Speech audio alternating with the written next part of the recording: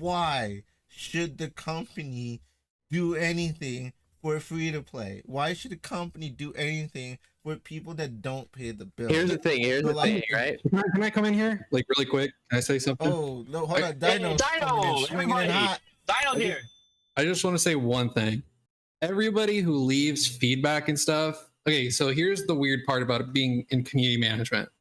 I understand what the devs are saying, but I also understand what you guys are saying.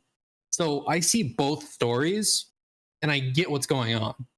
But I think what's always going to happen in gacha games is the middle ground. That's going to be the toughest thing, and especially for licensed games. So if you guys play licensed games, this means that the publisher may not be the developer. They purchase the IP from the actual licensor holder, like the actual company that owns the IP. Then you should be a little weary because, and that's weird for me to say that, but I'm just being 100% with you. There's more costs associated, right? So I think what it is like the devs would love to do a lot of the things that you guys are saying, but the problem is it's not meeting the bottom line. And there has to be a good middle ground. And I haven't seen any player yet give really good feedback that makes sense for the devs to say, hey, that actually makes sense for free to play, but it also still gets those free to play people to eventually spend money. If you want updates and you're telling me you're never going to spend like $5 on the game, for example, like you're not willing to spend at least $5 for the lifetime of the game, the devs are not going to do what you're asking for. I'm just being 100% with you. Like, if you want me to be like completely clear in how I understand how businesses work, and I've been in this industry for way too long. If you're a free-to-play player and you're asking the devs to do all these changes, but you yourself will not spend at least $1 on the game, as Sir Turtle mentioned, why should they listen to you? Right? Okay. So that's the Can I thing. ask one question, Dino? Yeah, what's up? Okay, thank you for everything you're doing for the community. I understand it, and I know that of course, you don't have the authority to tell the devs what to do, but you give them feedback. But actually, the thing is that we're, as a community, as players, and we don't see their perspective, and they don't see our perspective and think how we think. But actually not one company, 2 or 3 companies so far, they changed it and they became really good. And they thought from the player perspective. As free to play, if I look at like divination and limited banner, and there's no pity, and I ask for them to implement pity, and they do it, I will spend money to pull that unit that I want. But as the devs look at it, it's like they're free to play. They're asking me to put pity. I will not put pity. When they pay, I will put pity. This will never be solved. What Lilith in AFK Arena, what other games in Arknights, in Genshin, they changed many things. It was very bad, the pity system, the playing, the monetization, and they decreased it to the player base. And the result is they're on the top of the charts. They're working, they're making even more money. All the free, almost 20% or 30% of the free-to-play players start buying the monthly or the weekly packs and start paying more money. The ones that never paid. I was never paying, and I paid in Genshin Impact. I promised many people that I will not pay, and they did the fixes and the changes for the free-to-play when they listened, and I paid. I'm actually a very stubborn person when I say no to something, and I paid. So I imagined like, they tricked me, but they didn't trick me. They gave me exactly what I want, and I purchased it. So if I tell them, give us pity system, do you think if they answer us and give us the pity system, this will not encourage us to pay? As free to play, I'm talking. Honestly, if you're a dad and you're telling your son, don't eat from the floor when the food falls on the floor, I'll give you candy. And he stops doing that, and you give him candy. Do you think he will do bad stuff when he sees the reward? I'm listening. I'm giving what they ask. It's a normal like thing that I'm asking. I just want to understand. Do they see that, or they just think as in a stubborn way? Oh, let them buy, let them pay. Then we're gonna change, because this will never happen. Okay. Let me jump in this. So how a dev thinks, okay? So I'm gonna give it to you 100%. Devs, specifically like these devs, other devs, whatever, they've worked on multiple games. They use their multiple games as an example for what they do moving forward. That's how companies progress. So for example, let's go on something that more people know, the PSP. Let's talk about the PSP. The PSP failed. I mean, sales wise, it was okay, but it failed. But now people are like, wow, the Nintendo Switch is doing great. Why don't they come back with a PSP? It's because it failed. That's literally the reason why it failed. So they're not going to bring it back because even though it was a different time and an era, they, as the ones who made the product, will not bring it back because at that point, it didn't do well. So they're going to base it off that. So the devs in this case, for example, have made other mobile games, probably ones you guys have never heard about, but they do in conjunction compare that to what they do in the future. So for example, a lot of devs have listened to free-to-play players and their suggestions. Problem is profits sunk. That's the worry, because then they're like, oh, we listened to players, we did what they wanted, and it didn't come out to be in the way that they pretty much told us to do it. So that's where the hesitant part comes in, right? So what they see is they've worked on multiple projects, they've tested one game, and they've seen that it didn't work. It's just like, for example, Flame Chun-Li with Street Fighter Duel.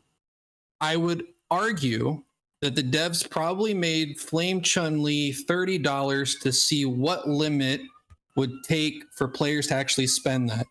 If they made more profits off of that, you will see more units going into that for $30 instead of people paying $500. You see what I mean? So they're doing small tests, but here's the problem with what the community is doing, what the players are doing. What the players are doing is telling people not to purchase it. You've already screwed yourself, because the devs might have used that as a metric to see if you guys would spend $30 on that character. So there's small things that like devs do that you obviously as players will never know. You will like never realize it. But they do it. It's just you don't follow what they're saying or doing because you don't know exactly what they're thinking or what they're hoping to see out of that. So it could have been a test. And however that test goes will dictate the future of how they pull out units too. So it's like you have to kind of you have to think of it like that. One thing, it's right? decision making. Their decision making. I understand the Flame Chun-Li thing, and I understand if they listen to free-to-players or I'm myself, I'm a developer for 5 games. 4. The 5th one we didn't release. Okay, and I can send you the game on the files and how the profits and the charts and everything that you want. For us, we don't listen to every single point. We take in consideration, we do the math. We ask from our team, the other team that handles all the financial things. I don't know the specifics of the team that handles the financial, if they're just on sales or marketing or whatever. They handle it and do the numbers and tell us if it's good or not. Okay, and if we want to listen to all the things that the free-to-play, I don't want them to give me free units. I don't want them to. First of all, if you want to talk, it's a new game with the releases. The codes stopped in the first of the month. Like, if you release a game, you constantly give them these codes that have like 100 gems, 200 gems. That will give them an incentive for them to continue playing. Oh, we have this code. They will open the game and play. You give them a unit like Flame Chun-Li, it worked. Many players that doesn't spend a lot or does not spend at all, they went and bought that Chun-Li for the $30 or $25, depending on what area you are. So it was a great decision. But if you want to listen to them and say like, oh, this, like, listen to the free-to-play base, all of them, for everything that they ask, and take the worst decision, like, oh, give them this free unit for free. It depends on their decision making and how how it affects them. They can't like just take something and says, oh, it gave us bad results. You need to calculate before you make this decision. So it's up to the decision making and the other parties that they're working with, their management teams, their financial team. I'm talking about a developer perspective that we failed and succeeded in. And I'm telling you how things goes when we worked as development team for softwares. there's some things that people, and especially in software, that they told us the licensing is bad, or why we should pay for a package for 3 months, make it monthly or make it weekly or make a yearly one with a 50% discount. And we did all of that, and we found a way how to approach this customer base. That's what I'm saying. When you want to give them all the units that are legendary, one for them is for free, like Fashion Blanca, and everything else is paying. Like, how would they experience and enjoy this game without them like having the units that can be obtained as legendary and they can't pay? So you need to do like every 5 legendary, give them 1 legendary for free, or every 4, 1 for free, something like that. Or in the future, and out there, or something like Flame Chun-Li, it has been too long. Let's say it has been like 5 months in the game. Now give them the way to grind and farm it in a game for free. That's what AFK did, and it worked for them. Actually, people start paying more money to make it faster for them to grind it.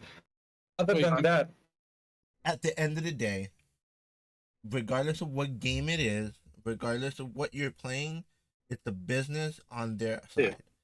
And everyone has the game that they know in some form of life. They're like, man, this company did this really bad. I could throw out Halo, Destiny, Apex Legends. Well, do you want me to be real? EVE I mean, here's the Online. other thing. Pokemon Unite, they're gonna bring out like that Pikachu hip hop costume or whatever. And they're putting in this like crazy gotcha system that you have like 12 hours to get it. And if you don't get enough points, they're going to reset all your points. But I really want that costume. Yeah. So it's like me as a person literally talking to you in this call. Would I like that free? Absolutely. Do I really want to spend on that? Not really. So I can be real and see the things that people say and agree on it. But I can also be real and see how others view things too, like a dev. I absolutely understand. I think if I want to say, like sometimes stuff cannot be told just by, well, okay, maybe they just look at the money and how well they make, but there's some added values that is cannot be measured with money. And like if you're looking at YouTubers and stuff like that, if they are all in an uproar saying, you know, don't summon or don't spend, and like everyone is just saying do not support the game right now, like if they're not gonna have how do we say, like not a compromise, like if they in decision making, like when YouTubers make the suggestion of, hey, we should change this board thing to make it not capped with the daily activity thing. They did change it because that's not something that would directly influence something monetary wise. It's just an added bonus. But then when it comes to like the pity system and other types of other stuff like that, it's pretty difficult because it goes through a lot of channels, right? And just seeing or finding the balance between that, it is definitely hard to gauge what's the best decision. But then like what you mentioned with like all these free to plays, like saying one thing over another, I do agree. Like with the feedback, I rarely see it now because it's always just whining. Sometimes I would like make a constructive one, either like during the weekends. But what I wanted to point out what I wanted to give out is that like they shouldn't just take all the comments and then just take it, okay, we must do it. It's just like put it into like the decision making part and see. Put that into consideration. No, like also, I agree. Go ahead. No, I was gonna say I agree. I mean, that's the thing. I think the problem with how people like word things and stuff, they feel like the answers I give for everything is just me detracting all of what you guys say. That's absolutely not true. I actually agree with 95% of the stuff you guys say. The 5% is just like, obviously I don't agree with because some of you are really overboard, but like 95% of stuff I absolutely agree with you. There's everything that people said in this call, in this chat, I agree, if that helps. But I can't point exactly which one I agree with, but I can say in broad I agree. However, I still need to give a realistic point of view and just tell you how a development team might see things in their own way that you guys might not see it. I mean, Yeah, I have to be real. You guys won't find CMs that will be real. I'm just telling you. There will be CMs that will just do their job and tell you, oh, things will be this way, etc. But I'm literally telling you, we have to work there to get there. And I'm being as real as I can. That's the difference. So I'm just telling you 100%. I'm myself. I don't represent anyone or anything. I'm my own person. So thankfully for this job and how I was signed, they were happy with me being my own self. And this is my own self. I will be 100% real with you. That's it. I think your insight is also pretty nice. Yeah, you weren't in here. You weren't in here earlier, but even when we started this call, it was me, Tix, Sir Turtle, and I think Don Buku was listening, audio, whatever. But you weren't here. You weren't here in the beginning. But the very first thing that I said was, if we are going to be making observations, we have to be mindful of a few things. Number one is the developer-publisher relationship. Number two, the licensing relationship, and number three, the types of data that aren't available to us. So like the people who are in here in the call and joining this kind of discourse and whatnot, and being vocal about the topics and coming up with solutions and ideas and stuff like that, we are the minority of the minority who more or less understand that there are certain things that are successful in one way and certain things that are disappointing in another. But the first thing that I said was, the relationship is different. The way that the game is created and balanced is kind of unique to its own self in the way that they're doing things. So it's nothing against you. You're doing a fantastic job by creating this Discord and getting us all here together. That I want to say to you, like right up front, is that the stuff that you've been able to tell us, the stuff that you've been able to kind of disclose for us has been actually instrumental in how I view the game and how I play the game and how I recommend players to play the game and stuff like that. So what you're doing is great. You're doing a good job, man. Don't worry about it. But at the same time, you can't let the other people, like, there's people who are gonna jump in here and just be like, oh, this game's trash, blah blah, and Dino's gonna say what he needs to say. Like, those people are already they're already at a disadvantage because they want good things for the game, but they haven't been able to articulate what their concerns are. So it's gonna take some time for them to either be conditioned or kind of persuaded to come up with a rational thought. But if they're already beginning to divulge or devolve into a doomsayer or somebody who's not going to give any positive criticism or any kind of rational observation, it's like, okay, well, we tried, you're going to be the way that you are, but just let us continue forward. That's all that's all I wanted to say. Dino, you're doing a great job, and for those who might be listening that are a little disappointed and stuff like that, I'd love to have a conversation and just kind of trying to, if I can help alleviate some of the stress that you might have, I'm available to you, whether on Discord or you can reach me on Discord and at pretty much any time. I'm always here, trying to help people out. But yeah, that's about it. I want to add something also, Dino. We have most of us, the people that knows you and knows what's going on, we understand that you're doing a great job, amazing job. All the team is doing a great job, actually, and there's nothing against you, or we're telling you you're not providing the issues that we need and stuff like that. But we're saying, and we're commenting about the devs and their things, and what Zangief said also, that there's people that gonna troll or gonna come and say bad things. You can't get rid of them. They are there. And what we're talking, and it's the same topic that we've been through for 2 months now, and it's the same old topic, is like the pity system, most of all of everything. And I know that it's not well presented in the feedback, and I hope somebody will do that. Hopefully Tix will do it if he'd like to, but it's by logic what we by logic we're saying, and logically, if you have a pity system, like every 60 pulls you guarantee one, like a copy that it will show up. You're not targeting anymore the whales only. With no pity system, they are targeting only the whales. If a dolphin sees that there's a pity system and he's guaranteed to take it, he will calculate, oh, it needs $200 and I'm getting it to triple S. He'll pay the $200 rather than sitting down and saying, I'm not gonna pay $200 and not get anything. Free-to-play players will be like, RNG and the pity system, I may drop like $10 every month, 15, 20, something like that, which is amazing for the game.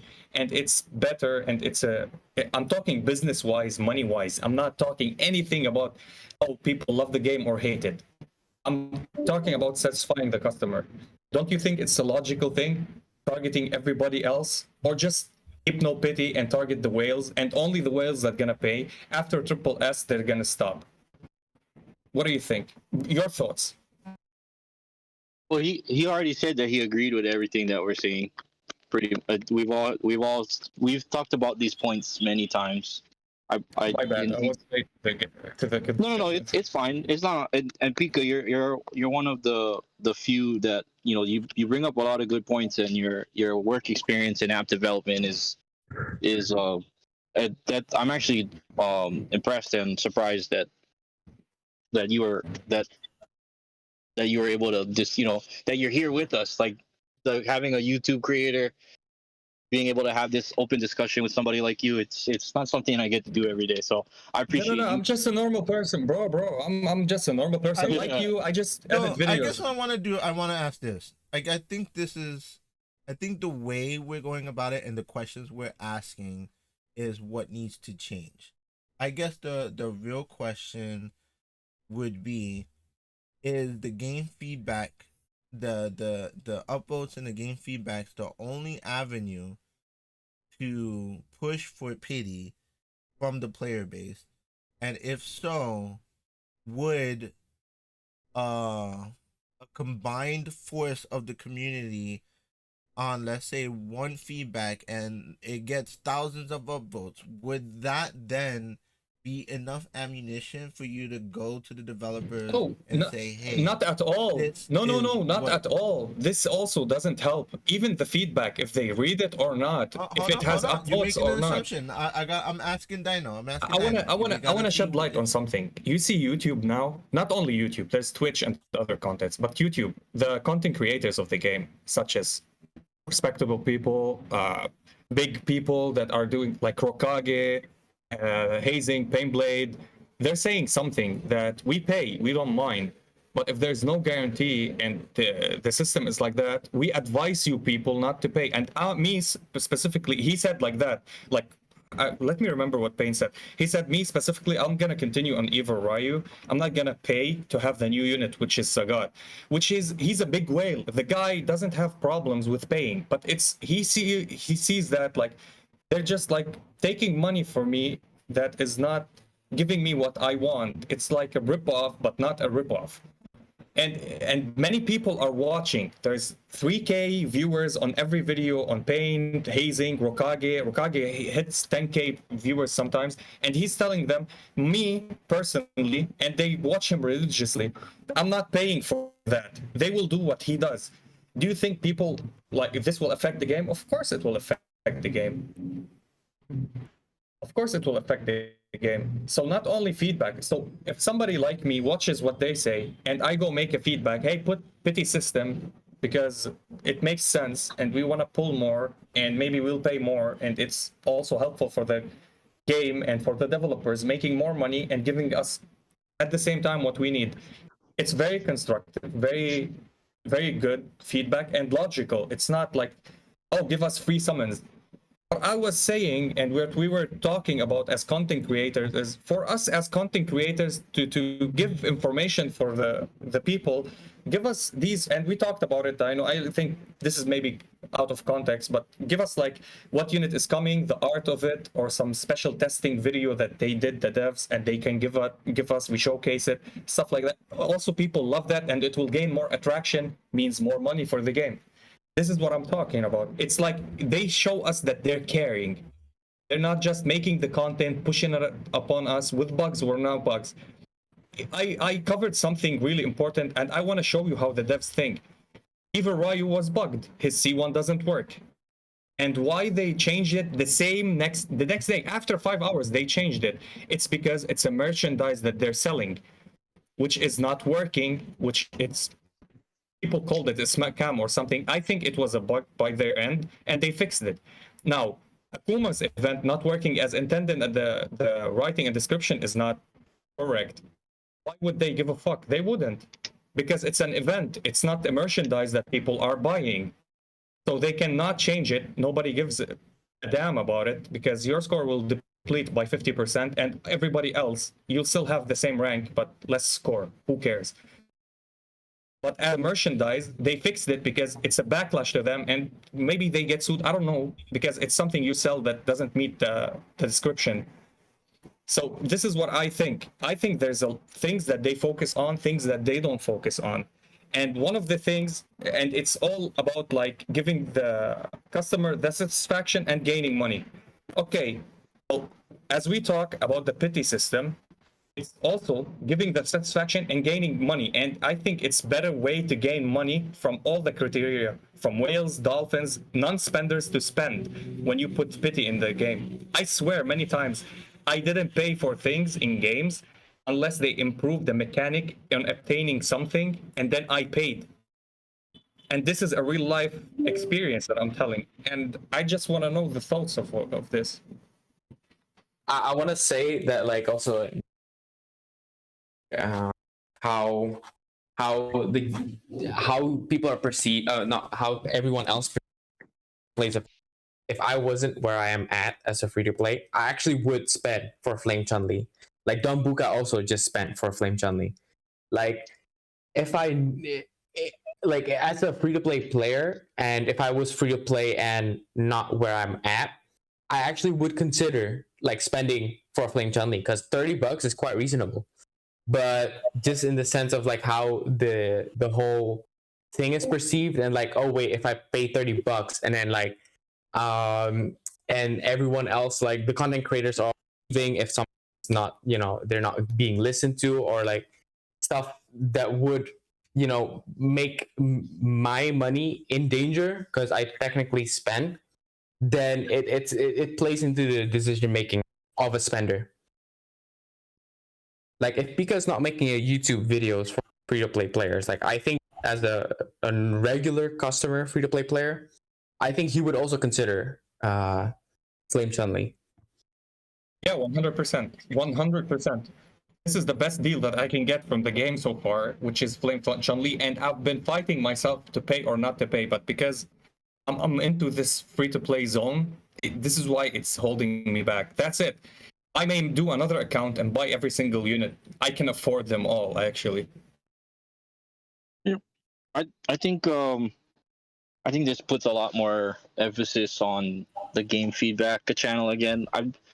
I'm overdue. Yeah, that's why I asked earlier. I was wondering if, I don't know if Dino could share on it, but would like if one feedback on pity had like I'm just throwing out a number, 1,000 votes, because like how Monster Hunter Ken had before, would that be a loud voice that you could take ammo to the devs? I don't know if you're able to respond to something. Okay, so I think I gave this example like a while ago, but how Monster Hunter can happen, that was actually like obviously drama filled. Like it was pretty crazy. But the feedback for that, it was about 7,000 upvotes. That's how much I counted of how many people like disliked the event and how it was, etc. So because of that, that's how the summary of it is. Because there's like hundreds of comments that left that, and all hundreds of comments had like 50 to 100 upvotes per post, right? So I had to add all that up, and that obviously reflects on the sheet, right? So when I do like an Excel, it'll show like, hey, 7,000 upvotes regarding this thing. So obviously when they look at that, they're going to make changes. Did they make changes? Yes.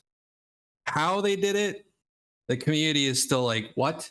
So it did get somewhere. It might have not went where so I want to like address one thing. It seems like the community is like attacking like one creator on this. I'm not going to name like who the creator is. Clearly it wasn't their fault. Like it wasn't their fault for whatever removal or add of something. Just to give a hint, it's not their fault. You could kind of say it's the game feedback's fault, because all the people that did it, they wrote so many different topics within the same topic. So it's just like people dislike the Monster Hunter Ken event. Here is the reasons why. And then they look at those reasons, they're like, so how do we improve it? And that might have been what the devs thought was an improvement. But you guys might not think it's an improvement. So that's one of those things where you have to go back and tell them, hey, this part was good, but also this is lacking. So you guys also need to change this. And that's how you have to start. Like that's the slow process you have to go for the game to be where you want it to be 6 to 12 months down the line. You guys are creating the experience for newer people when they come in. You guys are experiencing the stuff that needs work. So it's like me, for example, if I go to a new job and nothing was set up, there's like no structure, nothing. I have nothing to work with. I have to work with something.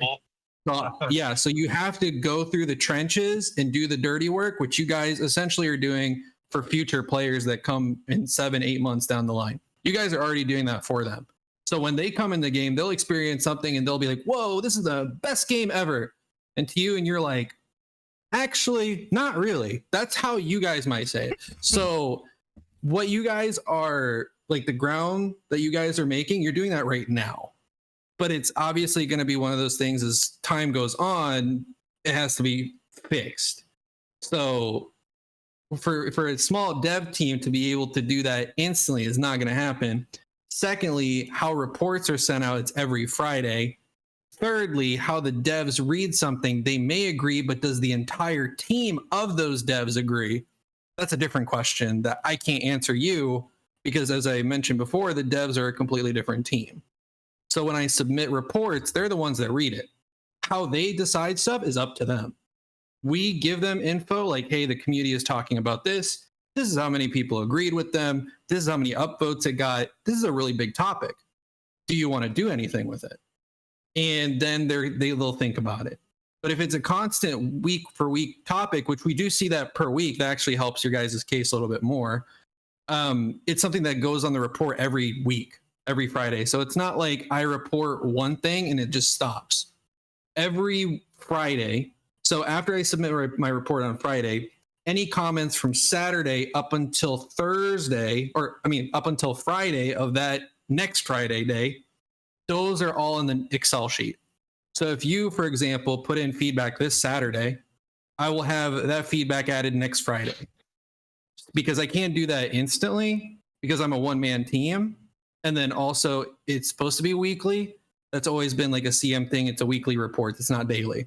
We're not supposed to do daily reports. It's hey, Turtle. As a one-man team, dude, you're doing great. Or Dino, excuse me. Dino, sorry. As a one-man team, you're doing a great job. But I know a guy named Sir Turtle who's willing to put in that work, brother, if you ever need help. Well, I mean, see, that's the thing where it's like, I wish I could do something like that. But like if the company, for example, is like, yo, we don't have headcount for that, or we can't right now, because if you guys don't know, I mean, you should know the economy is kind of shit right now. Like just being 100%, like it's really bad. So like a lot of companies have like stopped hiring, or they're not hiring quicker or stuff like that, because they don't know like where their company is going to be, or where they might make a layoff or something. We're like, oh, 100%. Dino, my wife works at Unity. She's in a high position in Unity. They laid off 5 groups in her country. In every country, actually, it came from Canada. The decision from the CEO. She got laid off from job. Of course, they gave them money, but they are firing a lot of people because the economy is trash. To just put you on point. No, yeah, it's one of those things where it's like, would I love more help? Sure. Do I have help? I do for other things. Like there's a social media team, which is a completely different team though. But I lead that team, but they're like in marketing.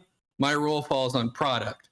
So it's like, even though we're like one team, we're still inside the company, slightly a division, because they're still doing their own work. While even though I can see what they're doing, I can't really dictate what to do for them, because what they're following is what the developers might be giving. So for example, when we ask the developers, hey, we'd love to use these assets for social media, can we do it? That's up to the developers. Even social media posts, they have the approval on that. There's things that we can post, there's things that we can't post. That's up to them. So that's why when you guys ask like, oh, I'd love to have more video clips of units. Oh, we got to get approval from the developer first if they're okay with that. You know, or they want you guys to wait until it comes out for you guys to try it out and be surprised. That might be what they're looking for, or they want to do. Like each dev team is completely different. Each company is completely different. There might be ones where they're like, oh, we're definitely going to do this. That's why when everybody's like, oh, the publisher is always the one that's in charge of the developer. That's not true in this game. Like literally each title you guys play, each title, 100% it's different. 100% it's different. You have to realize that aspect if you want to invest in a game. So that's the other thing that I think that players ultimately need to sit down and talk to themselves about without complaining consistently. What type of game is it? And do you want to put your time and effort into a game, understanding what those consequences could be if you jump into it? I think that is like the ultimate decision a player has to make, where they're like, okay, I understand this is a licensed game.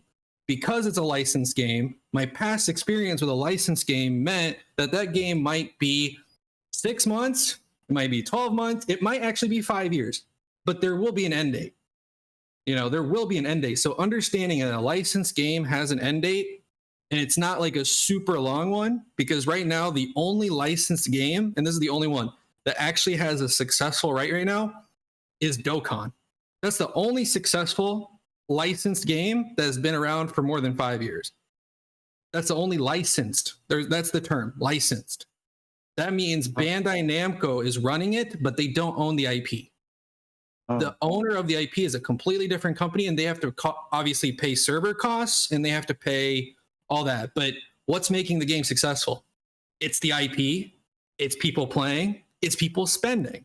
So that's why it hits all the marks, and that's why they're able to be a little bit easier on things that they're doing, because they have the player base to do that.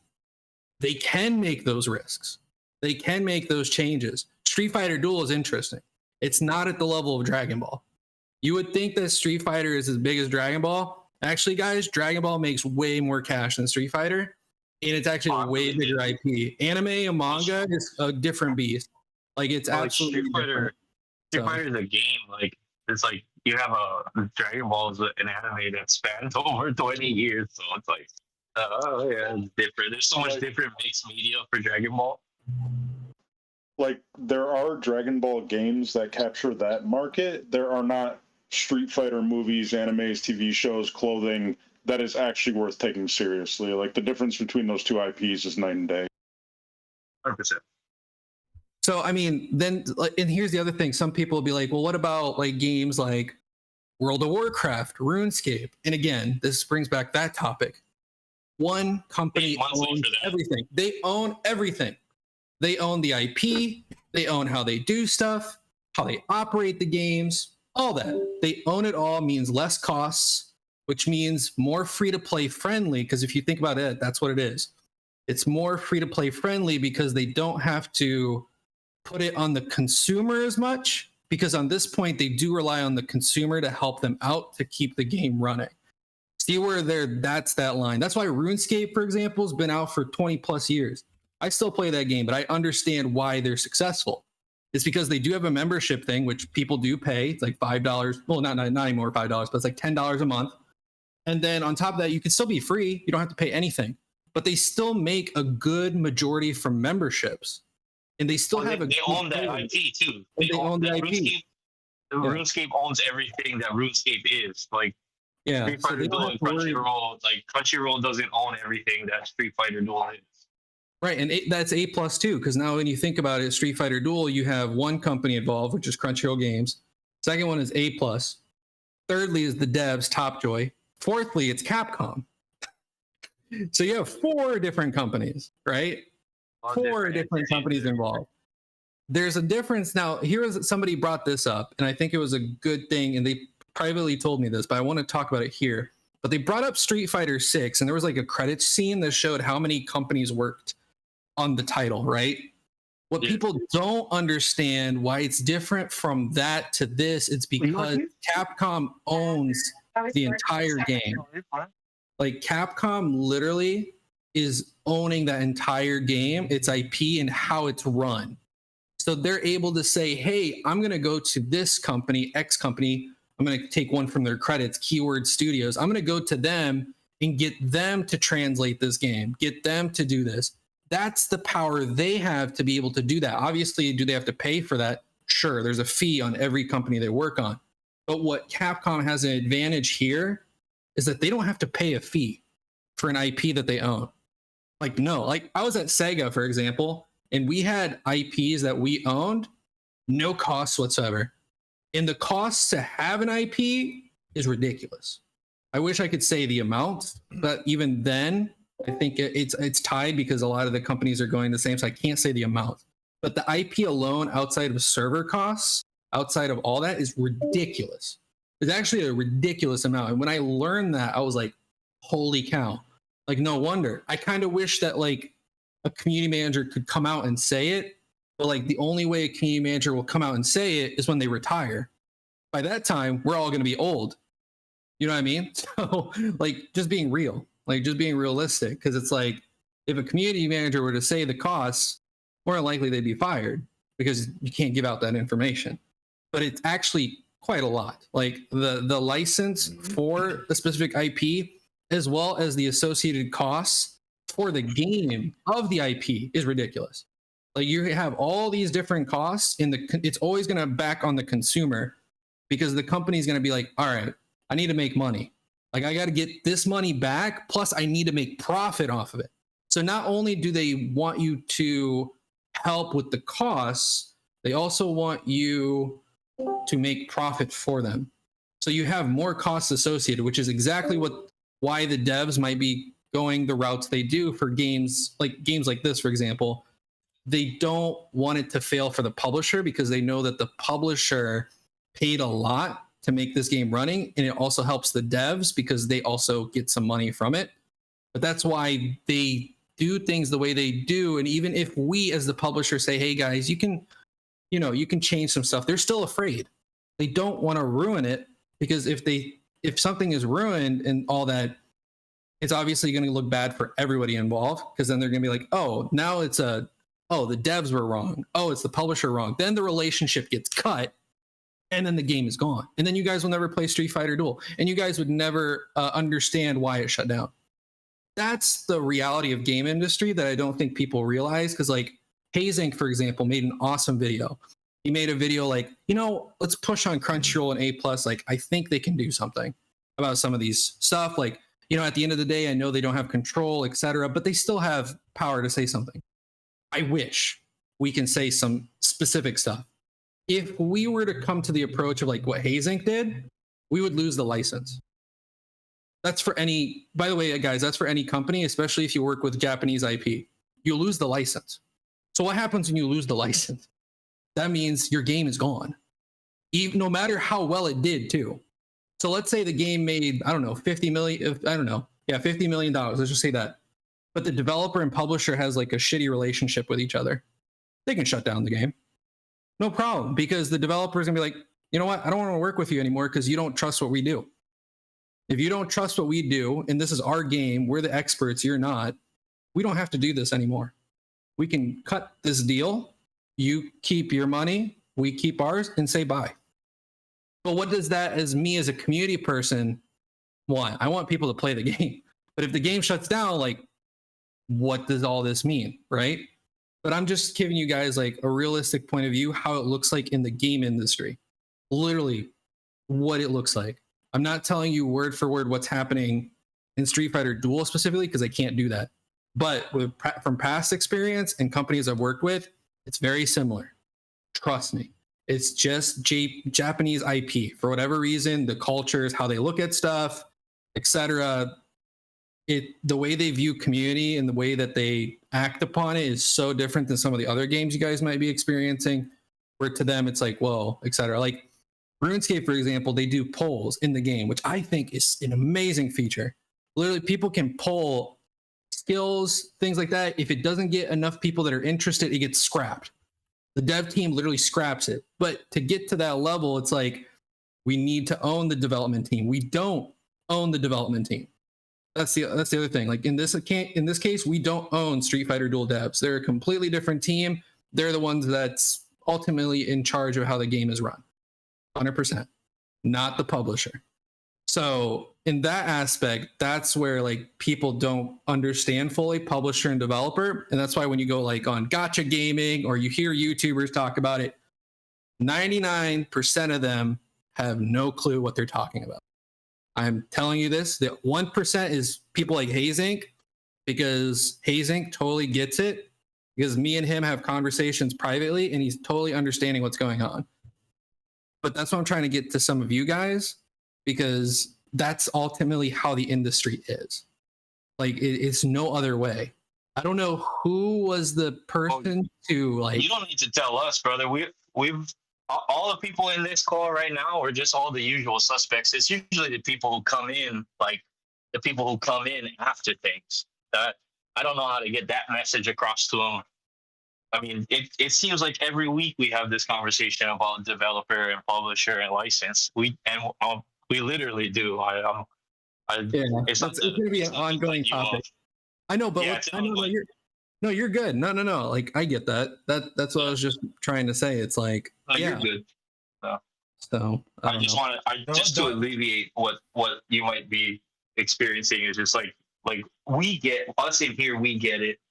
Me, Don Hookah, Ika, and stuff like that. We get that the relationship is the way that it is. It's just frustrating for me that the developer doesn't choose to engage with you directly, so that way you can voice. Like the developers aren't making your job easier, and that to me is disappointing. Yeah, I mean it's all. Also I mean, the thing of it going out. My only thing is that I have to say is just like who this content is reaching. We got to make it reach to a wider audience. Oh no, what happened? Oh, a full mute. Well then, you were muted. Like when you were talking, you went completely mute. Oh, I went muted. Okay, that was weird.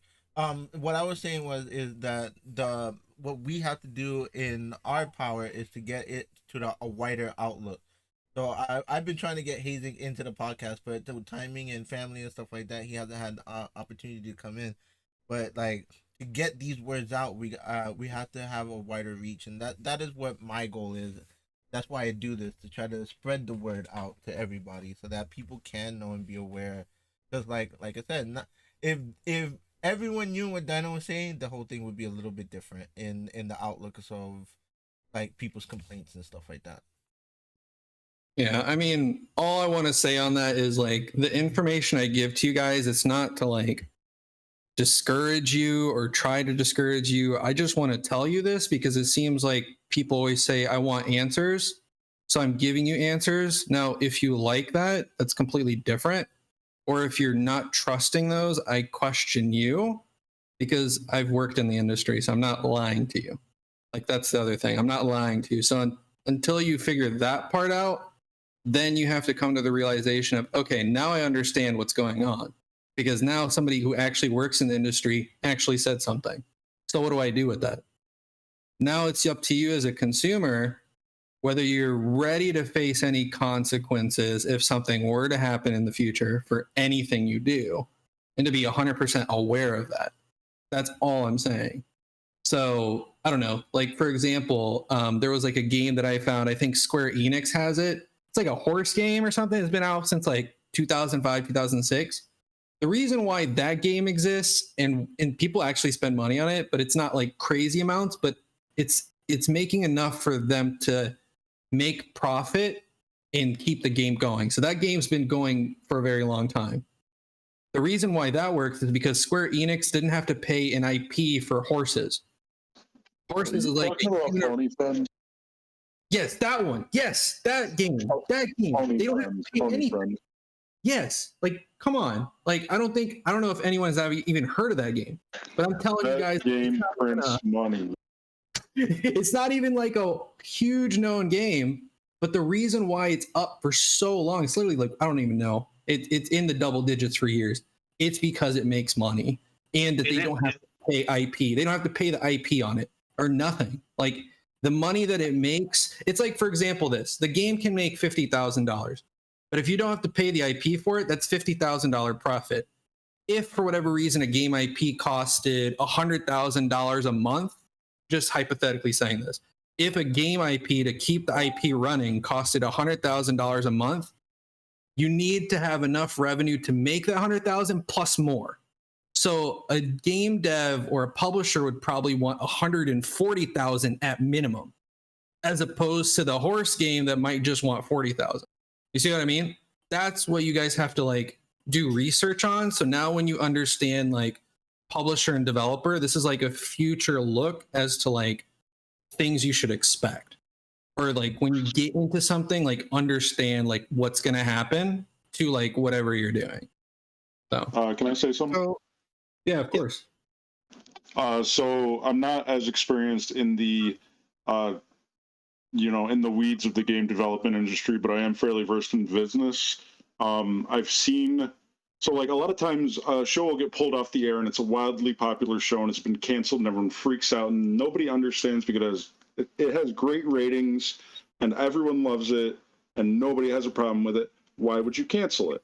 Well, the problem is when one show costs so much money, let's say it costs $100 million to make a show and you only make $10 million, you just ran 10% ROI on your investment. If I can make 10 junk shows, reality TV shows for that $100 million and make more than $10 million profit, I'm going to make 10 junk reality shows every single time.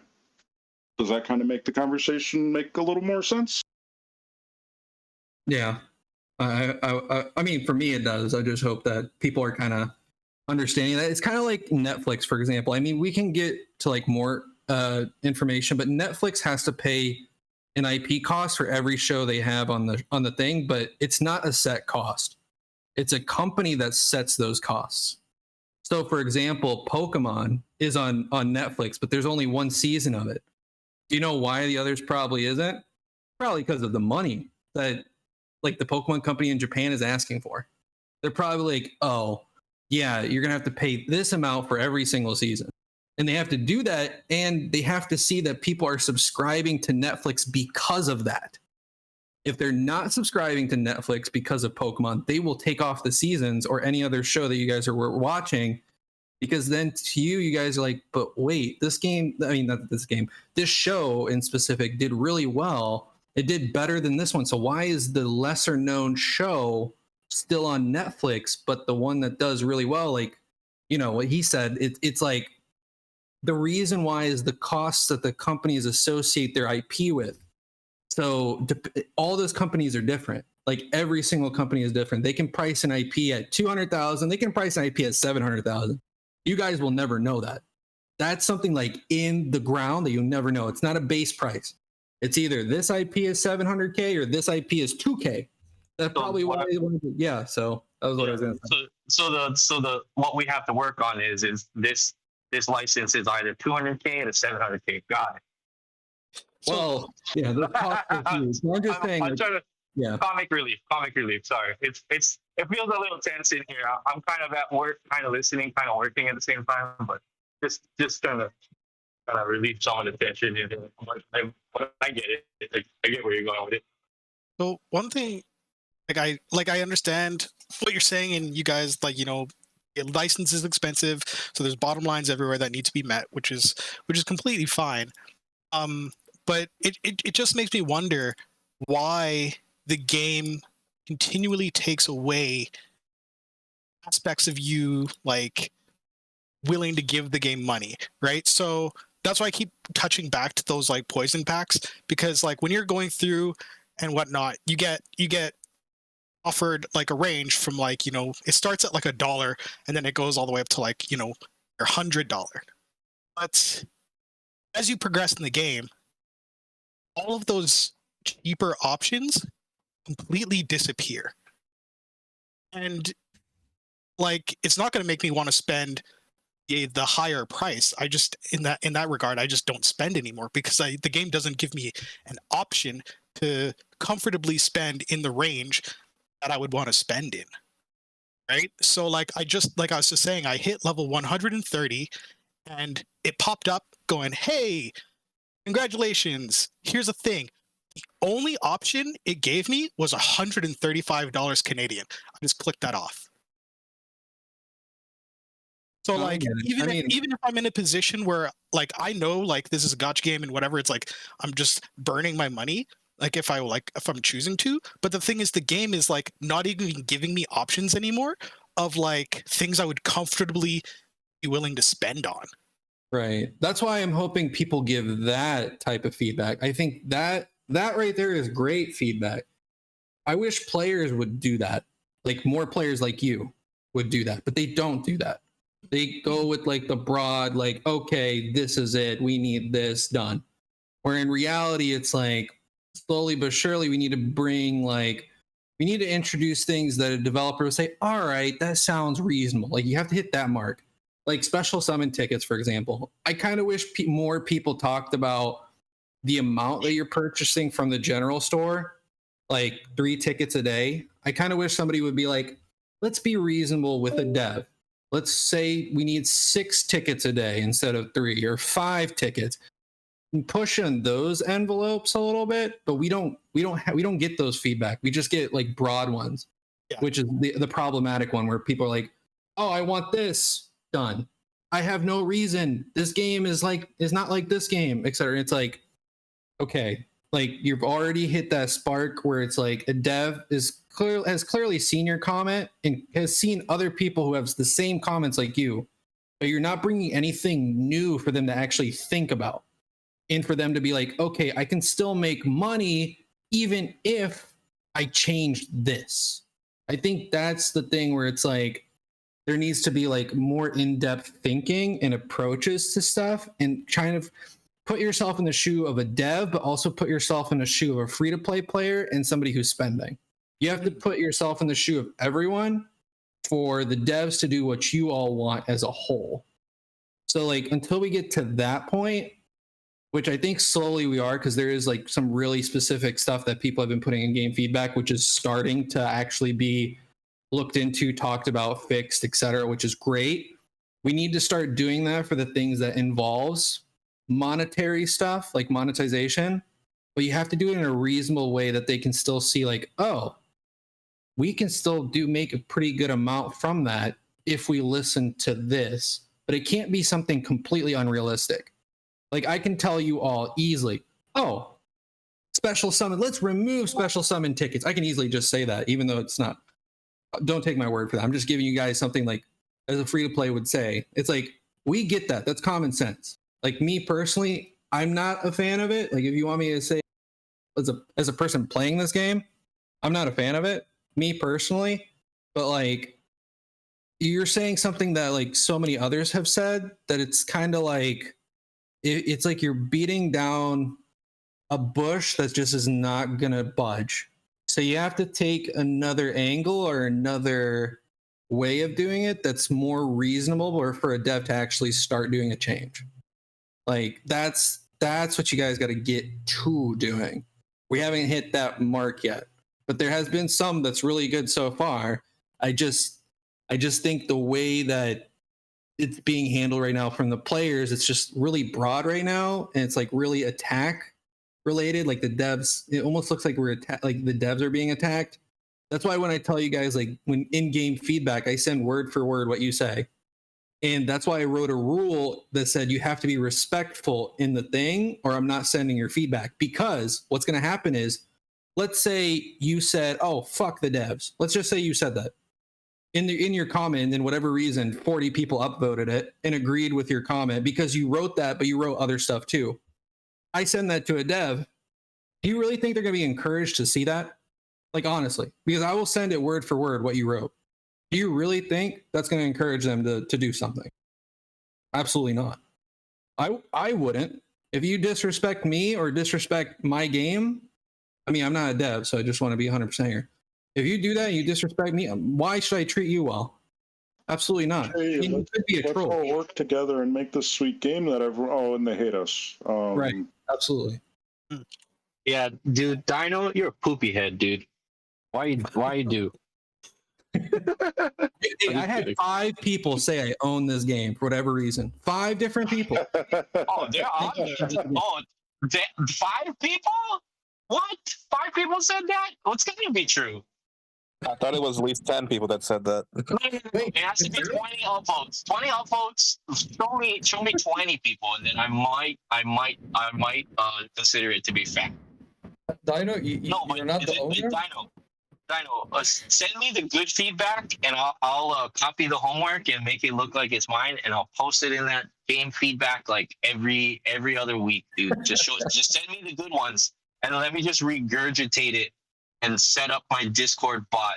Dude, I'll use Chat GPT, dude. I'll get Chat GPT up in here, dude, and we'll make some good feedback, dude. That guy, Chat GPT, is goated for that. But no, for real, if you can find the good feedback, I'm over here like telling him what to do, right? Like, I'll make my own. I'm gonna go ahead and train an AI to play the game and figure out what it doesn't like about it. Yeah. Oh my god.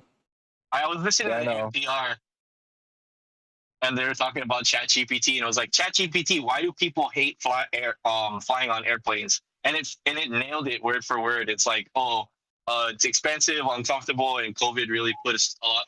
COVID and TSA restrictions put a lot of stress on passengers. And I was like, wait, the AI said that? That's crazy. You originally thought it was a bot. I mean, there is a Dino bot. Like, that does exist. I mean, it makes sense. I know. I was thinking about it, and I was like, wait, why did he choose that name? I'm not gonna lie, the first time I heard Charizard, I thought it was a joke. Oh, no. I just want to get back on track real quick because I just stepped out for a moment. So yeah, what the feedback part? It's tough because I'm overdue. Like every time I jump in this call, I'm always like, oh, dude, trust me, I'll make a dope feedback like I did last time. And like that was like my opus that last time I did feedback, and then like I just didn't post again. So I gotta be more diligent at that. But if you're saying, so if I submit one today and it goes into Saturday, or if I submit one tomorrow, it goes Saturday to Thursday, because you submit on Fridays. Okay. Yeah, I mean, that's neither here or there as far as what the scheduling is concerned, but yeah, my bros in here, just let's make some good feedback. Make this game great. Can I think out loud here for a second, Dino? We use the up and down arrow emojis basically as up and down votes, right? What if it were more of a tag-based system where you could use different emojis to kind of categorize it for you so that you could elevate lower upvoted information that needs to get to the devs easier? A la bug reports that are killing the game. People could put the bug emoji on that as they agree this is a bug report that's killing the game, and you could elevate that much faster than comparing sum totals of upvotes that are just, you know what I mean? Okay, so so how I do reporting, there's actually multiple different things. So bug reporting, there's like a channel specifically for that. That should just be bugs. So if you have anything with bugs, not only do I look at it, but A+ does. And A+ actually submits their own report, and they'll actually do that because we work in conjunction. So for them, bug reporting is like huge. Sometimes I'll look in it. I've actually replied to some of the ones that players have been experiencing 3 days ago, and the devs are really quick to fix it. So like it's things like that where it's like it's going to take some time, but those bug reports should be in that channel, like nothing else. It can't be in game feedback. Like you can only do it in bug reporting. So when it comes, sorry to interrupt. Keep going. Oh no, I was just going to say, like, general feedback though, outside of that. So anything that had like, I don't know, 9 upvotes or 14 or something that still people agreed on, but it didn't get like masses agreeing with it, that will be in its own report, but it's like a monthly thing.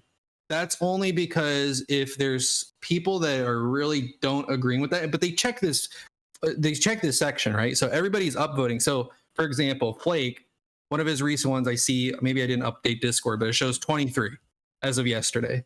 But then there's a comment, above those where it's like, okay, this one was out June 7th and there was like 6 upvotes. So like it shows that people agree, but is it really like good feedback? I mean, that's tough to tell because not many people upvoted it. So that's why like I've been trying to tell folks, like, if you look at this chat, don't just like post game feedback. Like if you actually agree on something somebody put or disagree, if you disagree something put, please upvote or downvote it because it actually shows that you would like to see that as a priority, or hopefully that the devs see the importance of it. Because if you're just scanning through it and you're like, oh, I don't care about this, you saying you don't care in your mind actually in a way ruins the game. Because if there's so many people agreeing on something and you've experienced it too, but then you're like, it's whatever.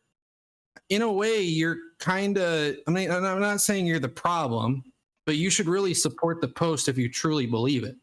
Because that actually helps me.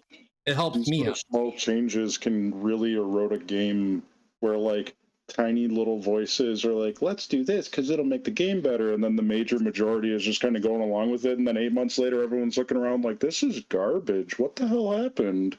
That's basically U.S. politics in a nutshell. Ha, political joke. In the case of something like wording, would we put that in like bug reports? Because like, say, recent controversy between those of us who like really delve into the details and stuff like that, right? Summer Yang was a point of contention, right? And the way his passive reads, and like when I read it, it says targets effect accuracy is increased by whatever, but his like wave of protection, it's like you give your teammates a shield, so you would think that his teammates would be his targets, right?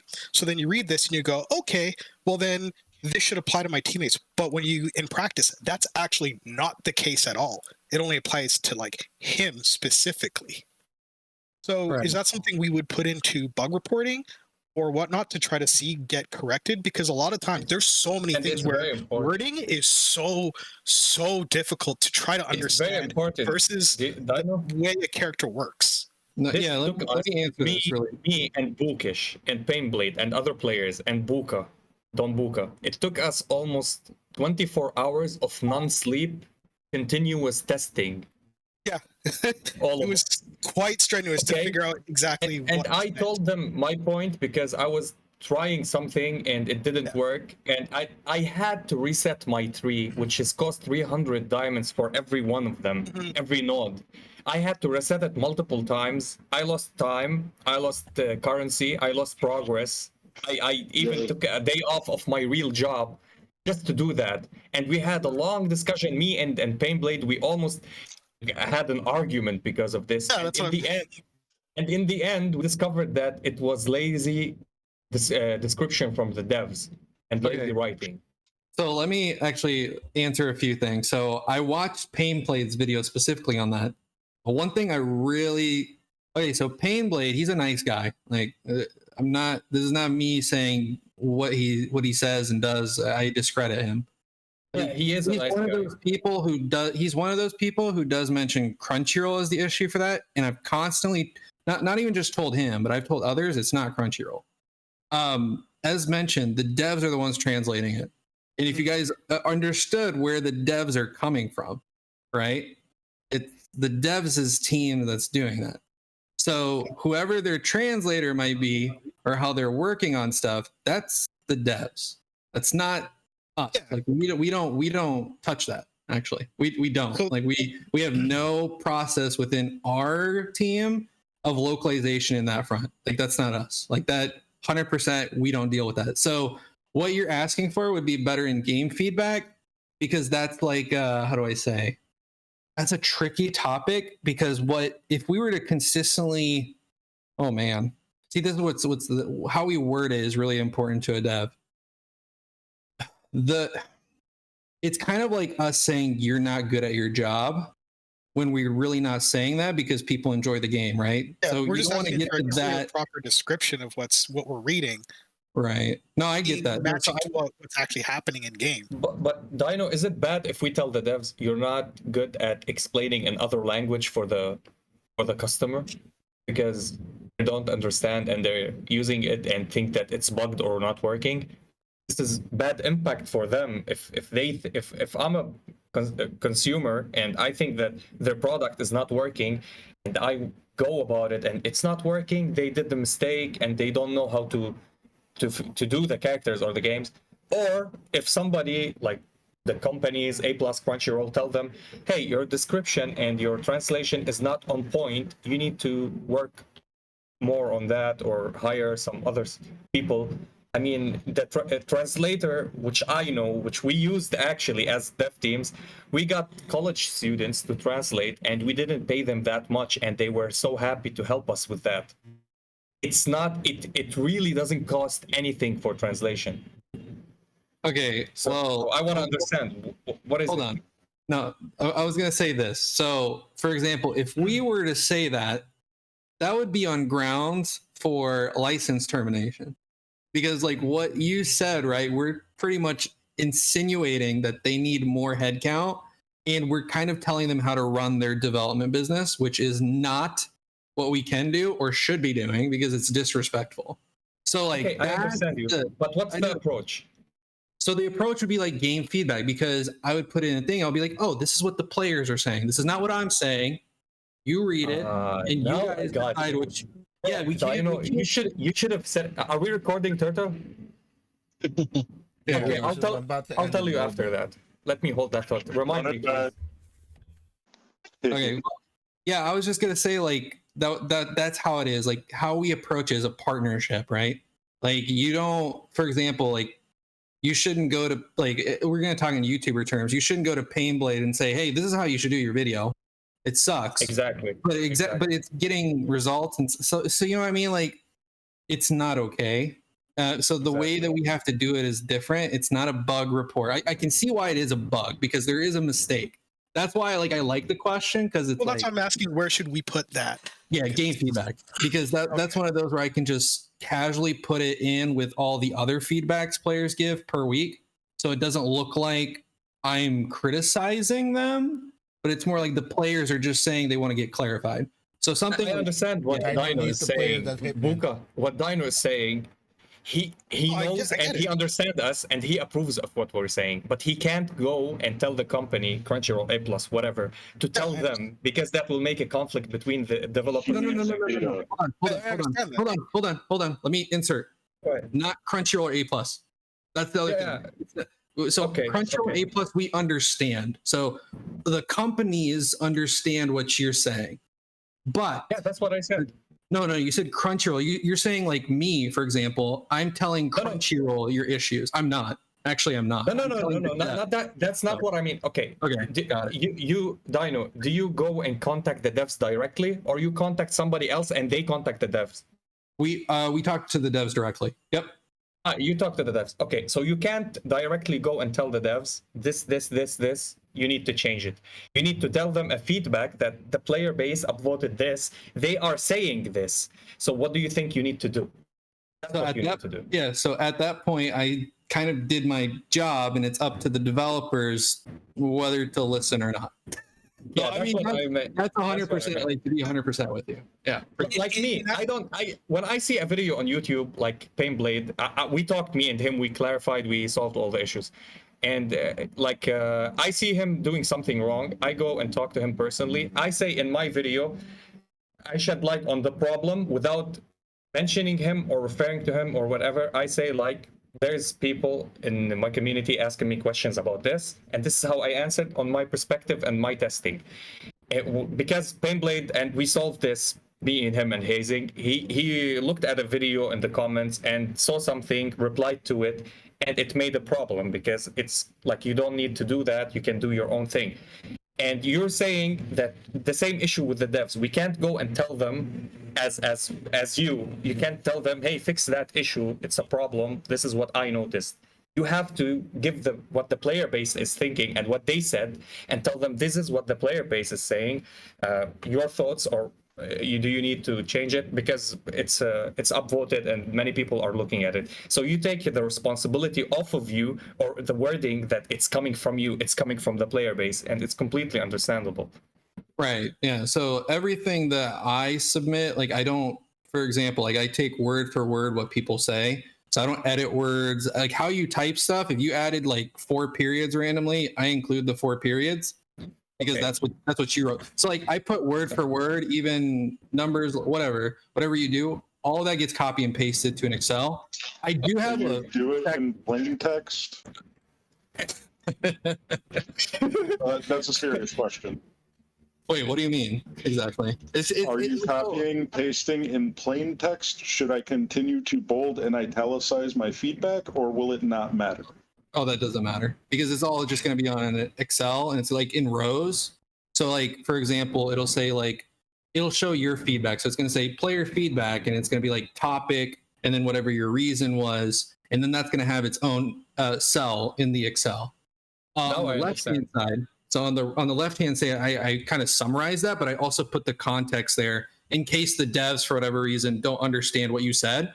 Because some of you guys put abbreviations and stuff, and sometimes I have to summarize even that and tell them that's the word they meant. So that's why I try to tell you guys like write full words as well, in because that's going to get to them easier. May I ask permission for one thing? May I write a feedback? And this is gathered from the player base. I'm not gonna put my opinion. I'm gonna ask them and make a feedback, and write it in English and write it in Japanese, translated perfectly with the help of my friend, which he's Japanese. He barely speaks English. He just speaks English to understand, and it will be 2 paragraphs, the same exactly what is mentioned in English and in with no abbreviation, no saying lols or exd or F2P or PW or something. Just a formal letter discussing what we need to change to a company. Is that gonna work if I do it like this? I mean, it's always up to the devs what they do. Like you could do as much as you do, but it doesn't mean that anything's going to happen as soon as possible. It's really up to them. The other thing on top of that is they're not Japanese. They're Chinese. So the devs are, yeah, they're Chinese. Yeah, Top Joy is, I believe, Hong Kong based. So guys, like the game that you all say like, wow, it's great. That's the devs. It's the same team that's working on this. Exact same team.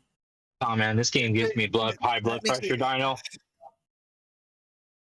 Yes, Top Joy is Hong Kong. I'm sorry. All right. So on that note, I think this is we already reached like we're talking about. Let me see where we talk about it enough. Yeah. No offense to anybody who had great points, but I'm at work, and it's just it's tense in here, man. We all like this game, and we all have great ideas. Dino is just trying to say your feedback is important. I hear you, and I want to get your voices heard. But you guys gotta speak. You gotta speak with respect and all that. You know. So are you that's saying why this I try to give feedback? the voice to free to players and casuals and stuff like that. You try to throw it out, give them the voice, and give them the mic to be able to say what they want to say. But you got to say it in a civil manner and try to get the point. Yeah, it's not a venting channel. That's the other thing. You don't vent, because if you vent, it's just going to make you look worse, but it also hurts the players. It hurts you guys. Actually, it does. So like when somebody like, for example, 40 upvotes, I send everything, like I escalate stuff every Friday if it gets 20 upvotes or more. So if your reply got 20, that gets escalated really quickly. And the moment they see something like that, that's like against them or something, like you're talking to the teams that's working on this. You know what I mean? Like what you say does have an impact. Like that's true. Real human beings with feelings. Yeah. So if you tell them to fuck off or screw themselves or whatever, you're not helping the community. If anything, that's like 2 steps forward, 11 steps back. Like, I'm gonna be honest with you. At that point, you're Imagine screwing everybody. A Karen dev. There's a Karen dev among them, and he or she, they read something like that, they will just go crazy and like, I don't want to read, I don't want to do anything. It's Yeah, I mean, it comes They down will to be take it careful what you personally. ask for, because the result you might not like at the end of the day. Just like that one thing that people have been talking about, which I won't say word for word, but I think people will understand. But how, people have, how do I say, complained about a certain thing has kind of happened in a different light, and now a lot of people are paying a price for it, in a way. So. I mean, you don't have to say it because you're your job, but I'll say it. Everybody who talked about pity is all your fault. Everyone, not just one specific I didn't say person. anything. Everyone, Check the logs, feedback, Turtle. I every didn't say YouTube video, anything. it's all your fault. I didn't say nothing, dude. Check the logs, bro. Check them. That's all I'm saying. Been saying it time and time again. Be careful what you ask for. Like you're more than welcome to have your opinion and ask for what you want. But the people doing it, they're not going to take it the same way as you're hoping. Gormagala event, it wasn't a pity. This is not a pity system. It was a guarantee after you purchase. That's completely different. What's a pity is you're guaranteed after a specific number of pulls constantly forever to get a unit or a specific unit or whatever after you're doing it. Just like the specific summons, when you want to get a specific unit like Guile, after every 3 multis, you're gonna guarantee one. And on the normal manner. That's what what is that? The choice banner is for. The choice thing, right? Yeah, what the devs did is just like, oh, so no guaranteed units upon purchase will remove also pity from the game. Which is kind of not logical. It's silly because it's like, hey, we didn't like the way Gormagala Ken was rolled out, and they're like, okay, we're scrapping it all. It's all going in the bin. It's like you get fruits for me, and among them is the banana. I tell you I don't like banana, and you stop giving me fruit forever. Really? Yeah, no fruit for you. I mean, yeah, but that's the thing is that's where it comes out. Like, because you asked for one thing, the result of how you want it, like, it's punishment. I'm gonna think this. I've said this before. This is punishment. This is where I thought. Yeah, here I'm gonna put it to you this way. This is how, if I'm the dev, and Turtle rules the dev team, and I read, hey, you guys don't know what you're doing, put pity, show this, do that, do this, do that, and all this stuff like that. Remember, I'm the dev, I'm King Turtle. I'm gonna be like, all right, cool. I'm just gonna remove all of that, cause as little as work possible for me, and not care about anything outside of that, because it's not going to impact me, and I'm going to quote unquote solve the issue in my own view. But this is not a business decision. That's how I think of it as a dev. But that wouldn't be a business decision. That would be a personal decision. But the thing is, again, I'm human. I'm talking out of emotions and feelings. You hurt my feelings.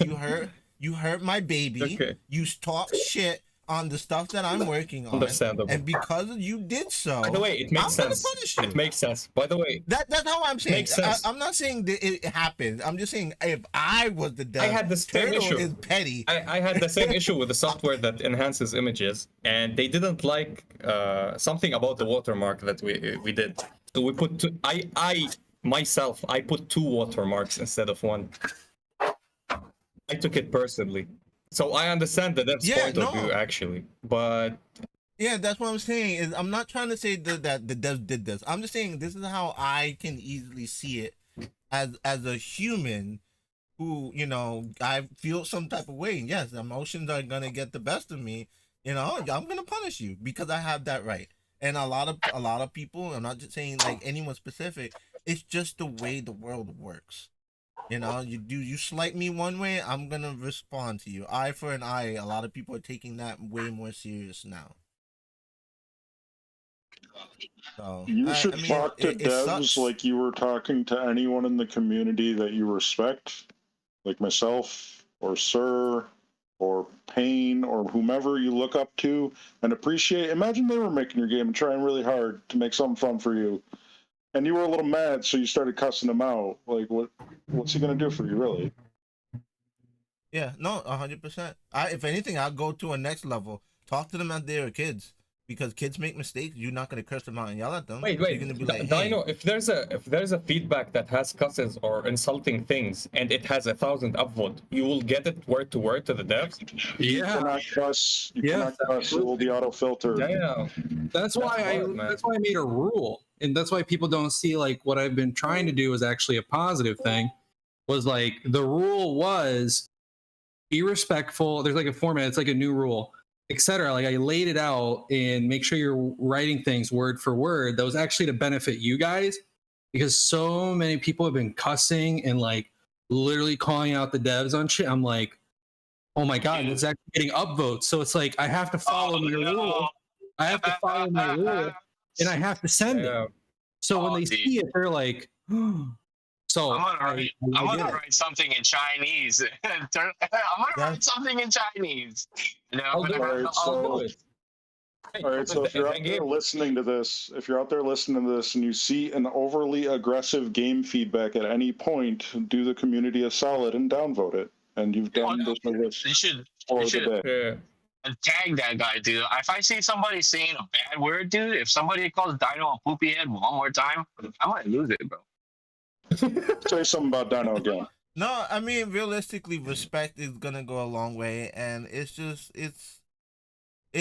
is in this world, like when everyone's so passionate in their beliefs, I do understand that it becomes hard in some avenues, but the best way I could put it is no one's gonna listen to a person screaming. Everyone's just gonna walk away and move past them.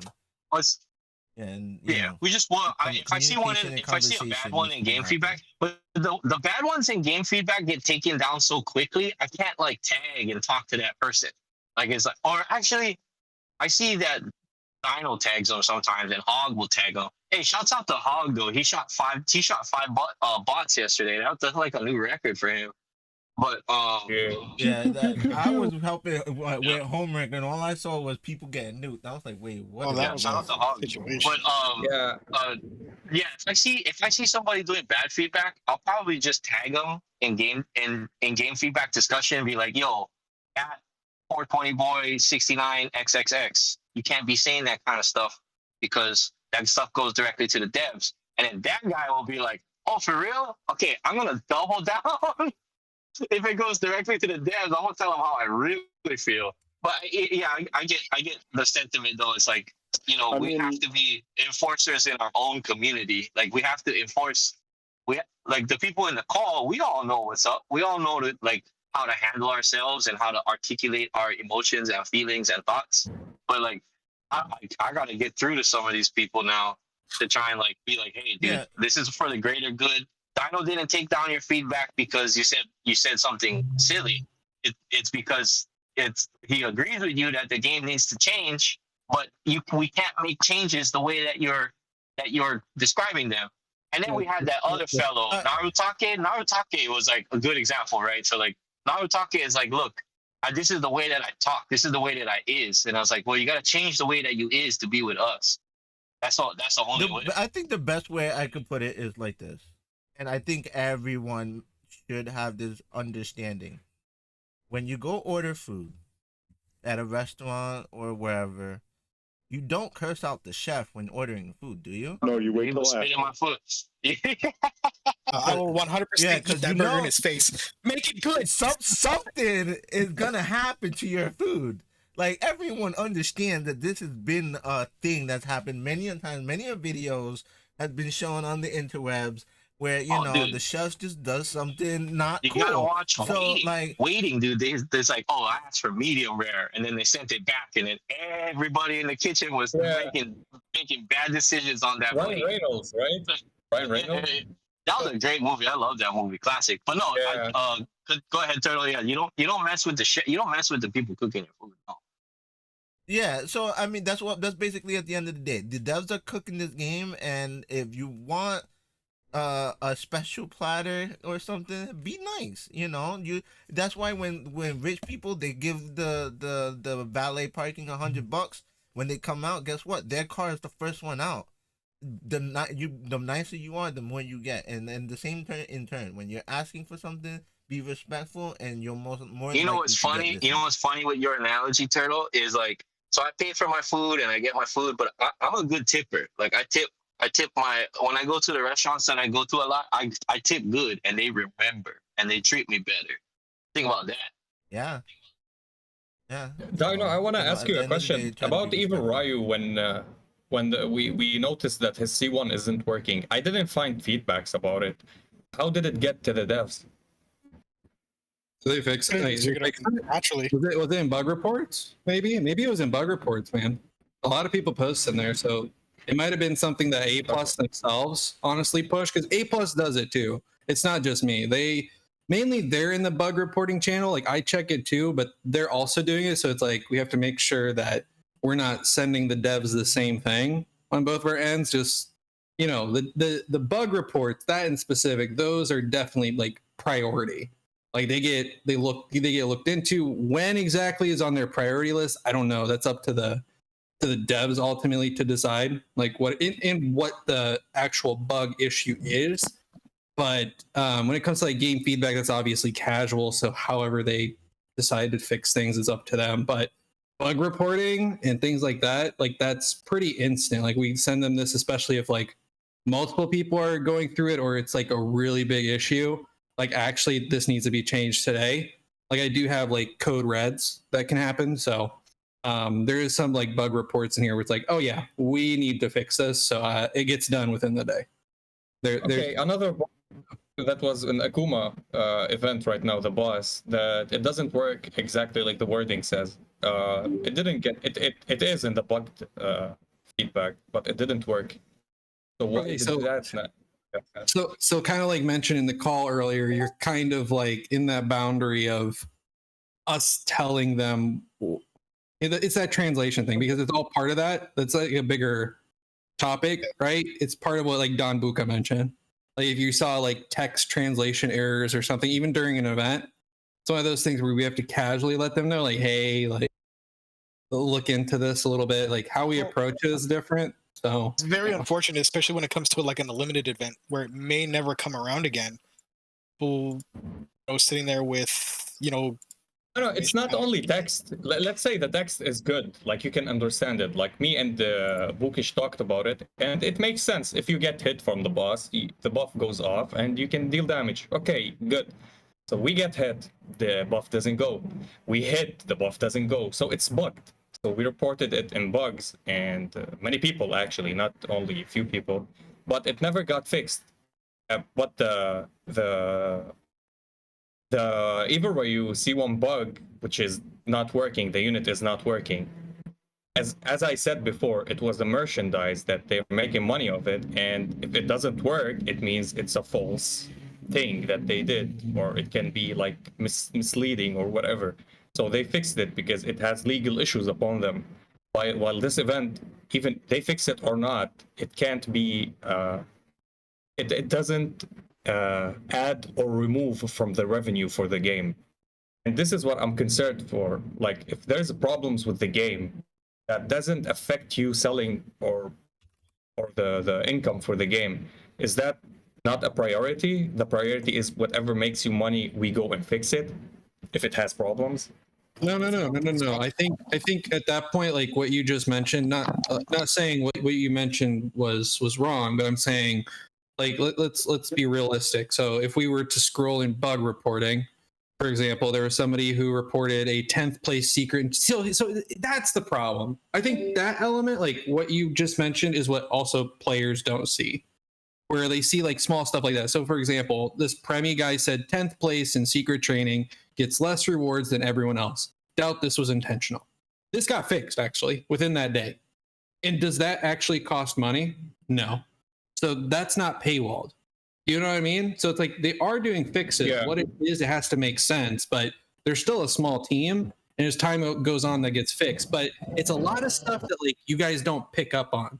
Like it's a lot of stuff you guys don't pay attention to. Like like it's not the main issue to you. It's kind of like the example where I told you guys, okay, you get characters at launch, but the devs could have gave you 30 characters, but you would have been more happier if those characters came later. You know what I mean? Like it's kind of like that, where it's like you're expecting one thing, but you're not looking at the other things that might be around that players are experiencing that you yourself never paid attention to. So like this guy had that issue. Then there was like some stuff with like the Cammy thing that was reported. So that was all done within the day. That was fixed. So it's like when you say that, obviously the answer to that is no, it's not, doesn't have to do anything with money. It's more like, okay, we're submitting these reports, let's see what they fix, etc. That's how it is. But those things that they mentioned, that has nothing to do with monetary. If you think of it like that, there's no element of that deals with that. Like let's think of like secret training. Like, can you purchase something in secret training to be number one? Like, I don't that I don't know. Like, you would have to explain that to me. I don't think you can. But like that update and that being fixed, that has nothing to do with money. So obviously that's not the reason. Fair enough. I have a question. Hey, what's up?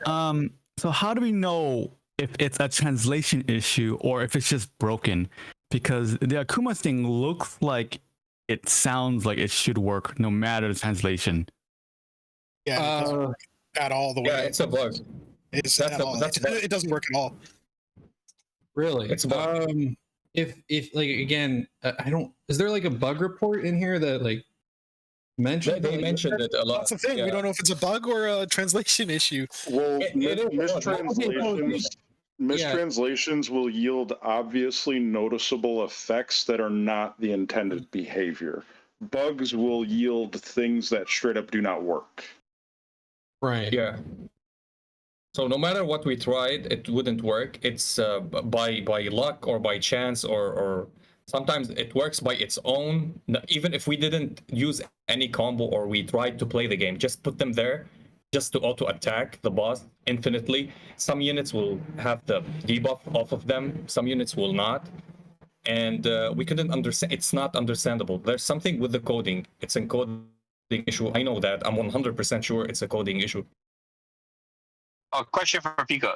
Did they fix the Evil Ryu problem with the C1, or is it still an issue? Yeah, it's fixed. It's still the interval 18 seconds. It happens like once or twice if you're lucky in the. Okay. But it's I was stuck on that. So far, the only thing that I noticed, it's not working after 5 stacks. It's working after more than 5 stacks. So I don't know if it's intended or I didn't test it to the limits, but yeah, I saw the decrease of the energy bar. So it's working again. After like 5 hours from my video, I saw a patch file and it's approved by many players that, yeah, they saw the download file. Even Payne told me I saw the download file, like it was downloading something. And I told him, yeah, this was the shadow patch. I wish they talk about like in the notes they say like sorry for the inconvenience for the blah blah blah Evil Ryu bug on his T1. It's fixed. Yeah, if you apologize for it, you're admitting guilt. We can't be doing that, man. Can't be doing that. But I do have a general question I want to ask Dino before I open the floor to closing out statements and stuff like that. Because I don't know if Dino can answer. You came in kind of late, but the primary topic was that a lot of content creators and a lot of people in general are saying that the game is dead/dying. Could you say anything, 2 cents on that? So when people say that, okay, so when you hear comments like that, right, it's basing off of various different avenues that people are looking at. So the first thing people say in comparison is their server. So they look at their server and they're like, whoa, this is dead. Like, there's nobody playing my server. In actuality, there is people playing, but they're in the newer servers. But the problem is your account is attached to an old server. So for you to switch, I don't think you can do that because you would lose your progress, right? So in that aspect, if you're saying it's dead, yes, for you, it is dead. So understanding that, that's important to understand that part. Is it dead for you? Yes. Can you make game feedback on it? Yes, it doesn't hurt. Like that stuff doesn't hurt because it can be a bigger topic. Like, okay, let's merge servers. Who knows? Like it could be something that actually happens. Like it'll be like, all right, you know what? There is people that's complaining about this. We do have a lot of regulars in the community that stayed since day one and didn't leave. That's the other thing that is going to be the answer to my next one, where it's players typically dip down the more that it, like if it's a new game, it gets a lot of hype the first month. It's actually very noticeable to devs for any game they work on. That's the other thing. They compare their game to other games. So for them, they're like, oh yeah, like my other title I worked on that month for the other game it was treated the exact same way. We saw a dip in revenue and a dip in players. That's how they view that. They don't view it like you guys, where it's like, oh man, 6 million this month, it's gotta be 25 million next month. They don't see it like that. For them, it's like, oh yes, this is our highest point. That's how they view it. It's kind of like that. It's a different aspect. That's a different mind of thinking. For them, it's like, whoa, this is our highest point. If anything, this is more than what we were expecting. Here is what we're really doing. And just to keep 100%, like Sensor Tower and stuff like that, like those are inaccurate. Because I work in like product and all that, like I can see exactly how many people are playing the game, how much revenue is made, etc. Like Sensor Tower is like completely off. Like it's down a few mils, to give you guys like a being 100% transparent. It's down a few mils. So the game is making way more than whatever Sensor Tower is reporting, and I don't think there's anything that's 100% right now online that really showcases like how many people are playing or revenue, because no gacha games disclose that. That's because a lot of gacha games don't even have community managers. That's the other thing. And secondly, that's something we can't really disclose. But I will tell you the game is doing well, but the way that you look at it and how you're perceiving things, that's a, I don't know.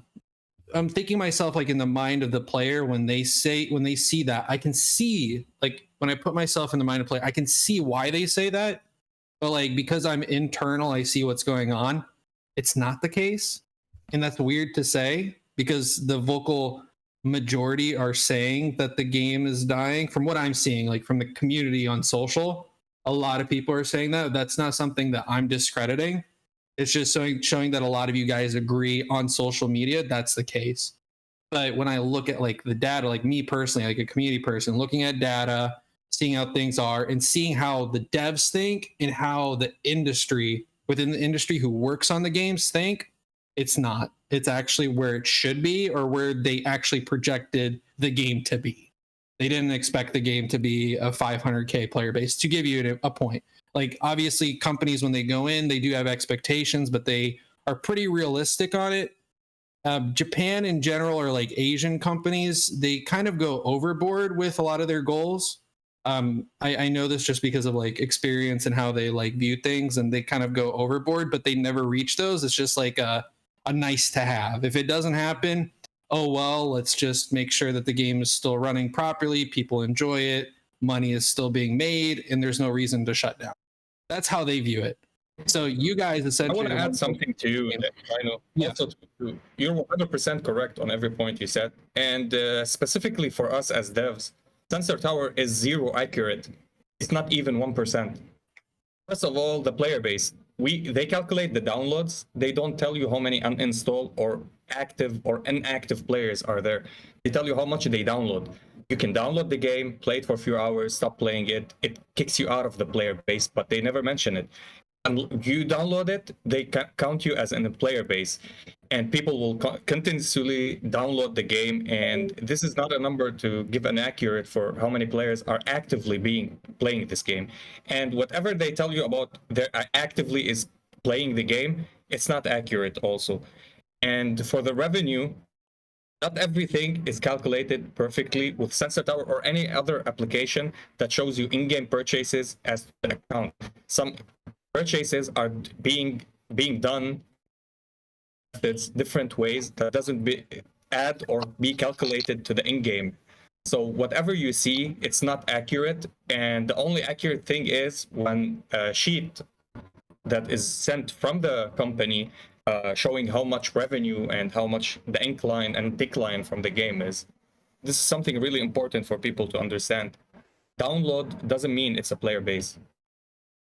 I mean, yeah, the other thing with that too is no game has really done this, but like the conversion rate between how many people pre-registered for a game versus how many actually registered is also completely different.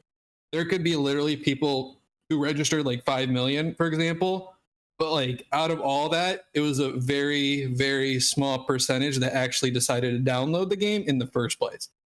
We've seen creators make videos where it's like, okay, Dino, like I remember one actually even pointed my name out. Okay, Dino, like you mentioned, like this is a very healthy player base, but it might be fine and dandy, but comparing the downloads to the player base, that seems really low. It's not like that either. The way that is it happens on other games too, and I've worked on other games as well. But like Hatsune Miku Colorful Stage had millions of pre-reg, and the tops that it hit was like 350k 400k within a day, but it was still like a very, very small percentage of those that pre-reg the game or registered, period.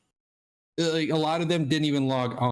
So that's another thing that players have to kind of understand as well. Like they don't see those back end stuff because no game company gives that info.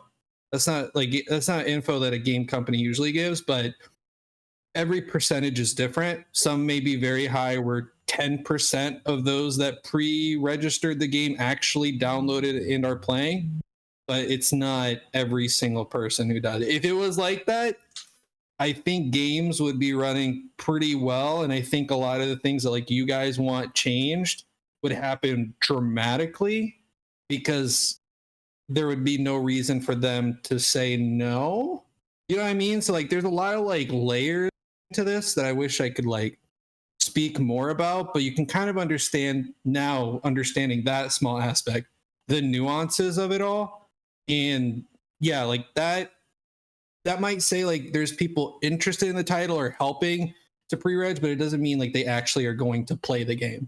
It's weird, I know, but there's a lot of people who just kind of like say, oh, I might play it, but in reality, never mind.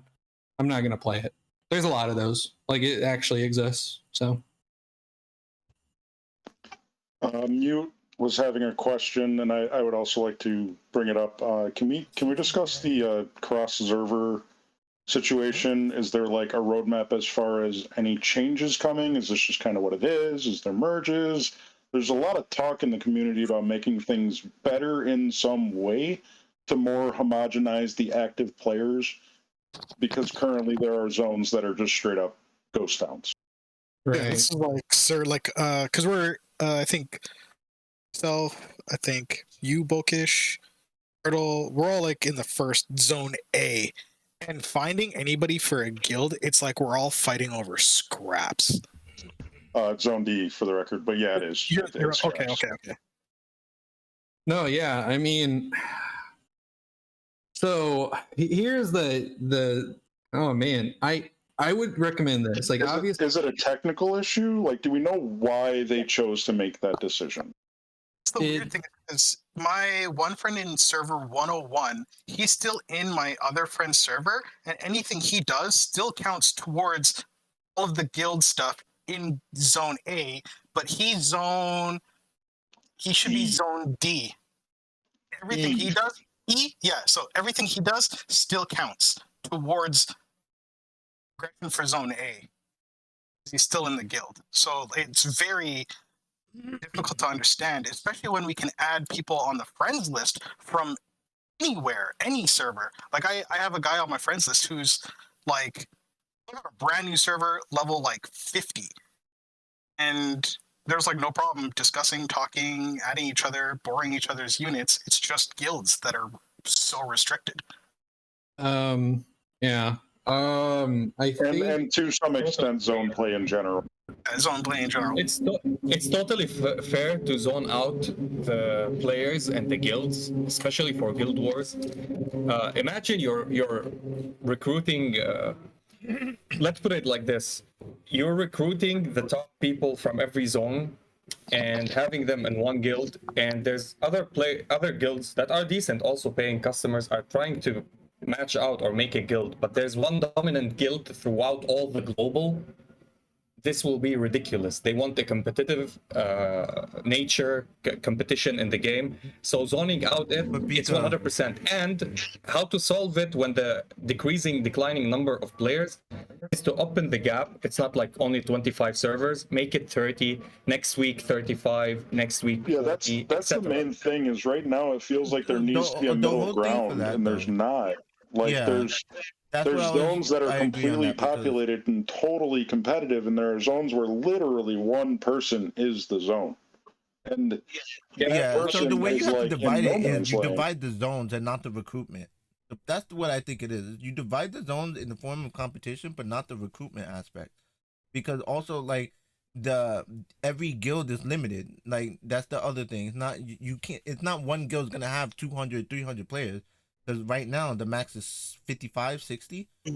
So 60. like that's where I don't agree in the point of like, oh, there's one guild's gonna be like the king of all because of the limitations that just the guild itself has.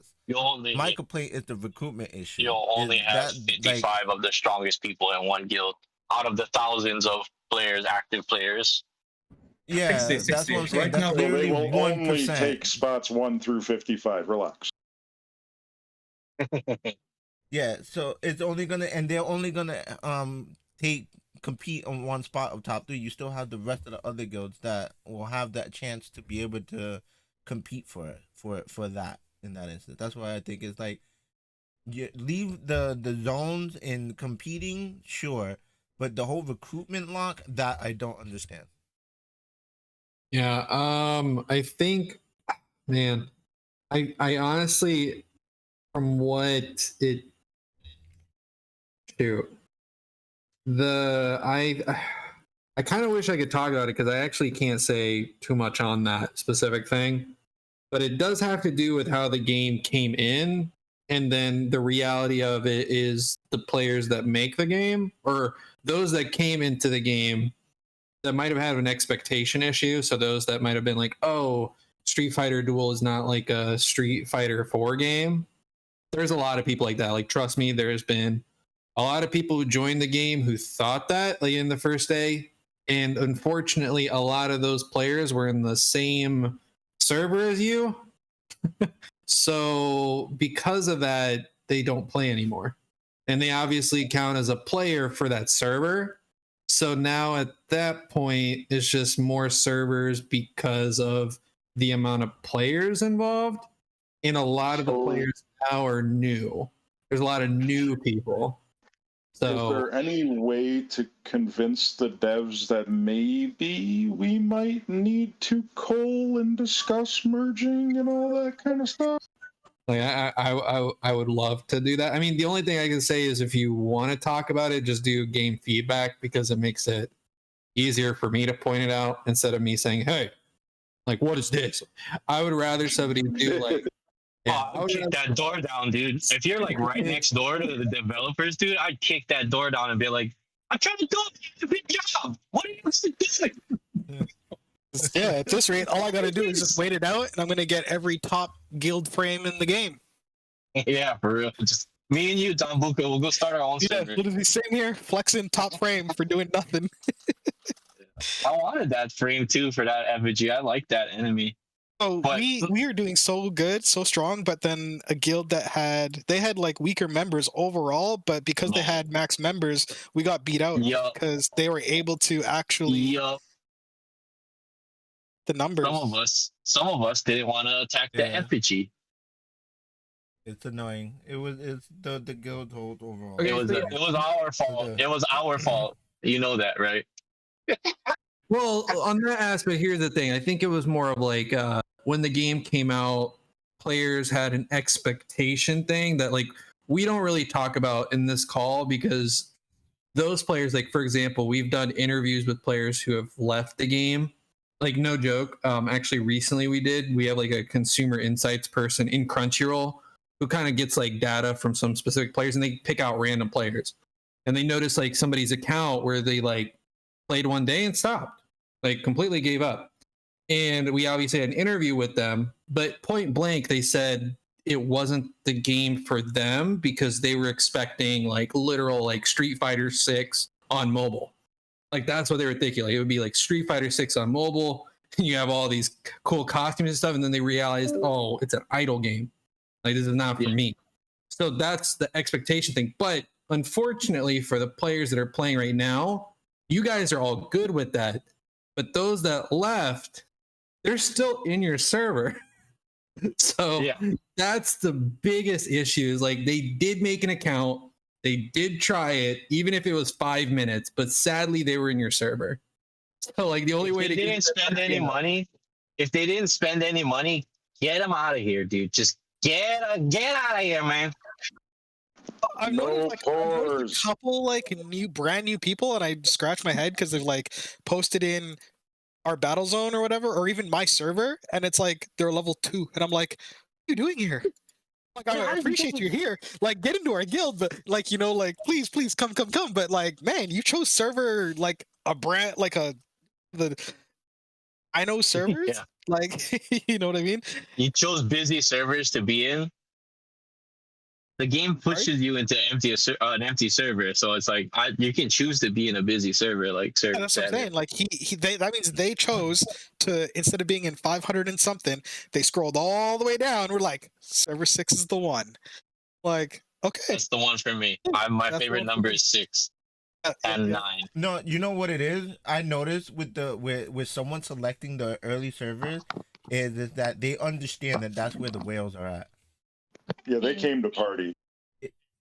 Yeah, those people, they're coming to cause the ruckus, and only that. There's one guy. That's what I've been watching him. He came in late, and he took over our server as like number 1 whale, and the old whale he like disappeared, and he's taken over the guild, and he's like the one guy that I'm always fighting with. But it's just funny because he came out of nowhere. It's like 3 weeks late, and he's just like, I am number 1 now. I'm like, all right, man. All right, you do you. Yeah, those people are scarce though. But there's got to be a big push to start merging some of the active stuff and start managing for sure that kind of populace in the game. We talked about it last week because the topic was guild effigy and stuff like that. It was just the problems with the issues that we all had with guild effigy. It made the server issues and the guild recruitment issues. It had made those problems more apparent through the guild effigy. It's like this is our second guild effigy, and it hadn't gotten better. So it's like the third one is really going to be where it's going to break the camel's back, or what is that? The straw that broke the camel's back. It's like we gotta. Yeah, like I just got 5 to 10 new members, and I already lost those members that I got back. Like older members just dipped. Yeah. So it's impossible to maintain a full guild in the early level. In the early zone. That's the reality of like us as humans. We obviously have like picky stuff that we like or don't like. I mean, realistically, like every person knows this, right? Like there's going to be somebody who like doesn't like this, doesn't like that, then they quit. But then how does that affect you as a player, right? Then it's like, oh, I'm kind of screwed here because they stopped playing. But it's stuff that like we don't really like think about like that, but we know it exists. So now that we're talking about it, now we're coming to realize like that exists. So if somebody left for whatever reason and other people are real, yeah, so it's unfortunate. It is what it is. But all of us are AI bots except for Sir Turtle. I know Sir Turtle is real, but I don't know any of you guys. Actually, no, I've seen Don Buka on stream before. Yeah, he's a real person. Boop. My face is right there. And I know Stu is real. Everybody here's the AI. I know Stu is real. Don Buka, Turtle. I played Pokemon Unite with Dino one time, a couple matches, allegedly. Allegedly, that was a bot. You didn't play with actual Dino, because did you hear his voice at any point in time? Speaking of bots, you guys ever see that wild Reddit post where some guy was like, they're seeding servers with giga whales Yes. to like get you to spend more, and I was like, what are you talking about? What? Like I'm like, Bro. XP, what are you talking about? Your tinfoil hat is too tight, my friend. Oh, it's so funny. Like, I was like reading this, trying to make any sense of it. I was like, no, you're just out to lunch, bro. Holy. Like, there was literally a comment in there that was like, oh my gosh, some guy with a default name and blah blah blah complete, and I'm like, bro, that was me. What are you talking about? Yeah. That was literally me. I got the screenshots, dude. You want the receipts? I got them. All right. I'm gonna end it because we're already on 4 hours for this whole What? thing. I thought you stopped it like 2 hours ago. Nope. Can I say something real quick to the community? Nah. Yeah, no. What I was gonna say was you want this recorded because I'm gonna end the call and just leave it, but you guys can stay in the call and keep communicating. I don't just kick everybody out. Good stuff. I really wanted to touch base on positivity in the community. It does tie into your game feedback thing. As good a job as Dino and CH and Sir, the members of our community mod team do, as good a job as the content creators do in fostering a community, communities online tend to self-regulate very well, and they do that based on the general attitudes of the people in that community. So when you notice the friend on Discord that you've been talking to for months now is having a bad day and lashing out at other people, pull them aside. When you notice there's game feedback that's incredibly filled with vitriol, downvote it. Like, show that person, hey, I'm a member of this community. I don't agree with what you're saying. And that will actually allow people to have the conversations, to have the respectful attitude, to have the hopeful optimism that gives the time the devs need to create the game we want to play. Great point. I agree. Here. Yeah, 100%. That's definitely the case because it's like how you said, the community is what fosters the community as a whole. Yeah, like this is like me personally, I want to say this, but like I like the community. Like I really like coming in here. So to give you all a backstory, like we're on summer Fridays and shit. So technically I'm off, but like I'm in this call talking to you guys because I actually care about you guys, like as people. You know, you guys play the game and stuff like that. Like, starting to like talk to you guys, know you guys. Like I really appreciate it. You know what I mean? Like, for example, most community managers, if they're off, they're going to be off.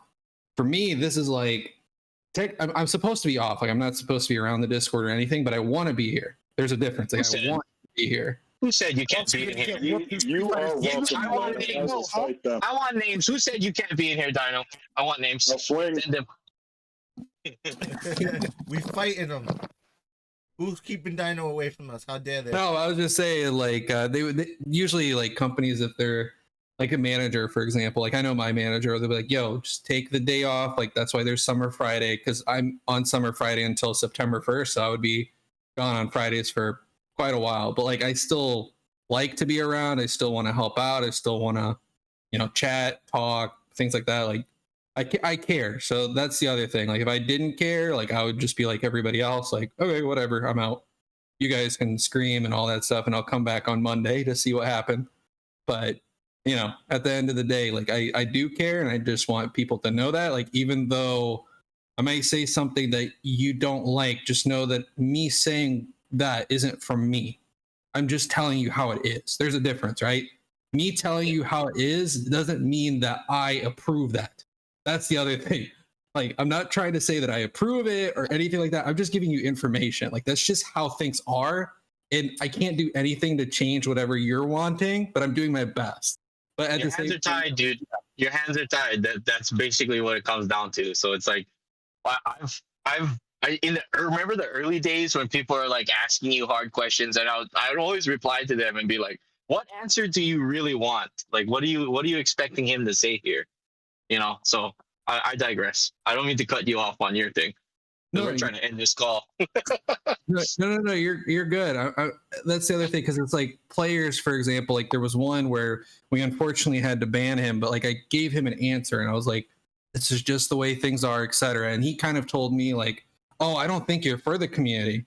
Like he went like that. He's like, "I don't think you care." I don't think it's like I'm just telling you how it is. Like if you don't want me to tell you anything, you could say that. I don't have to tell you anything, but I tell you so you know, and you're more informed on like what you're doing or what you're saying or things like that, or what's stopping us, like what's stopping me.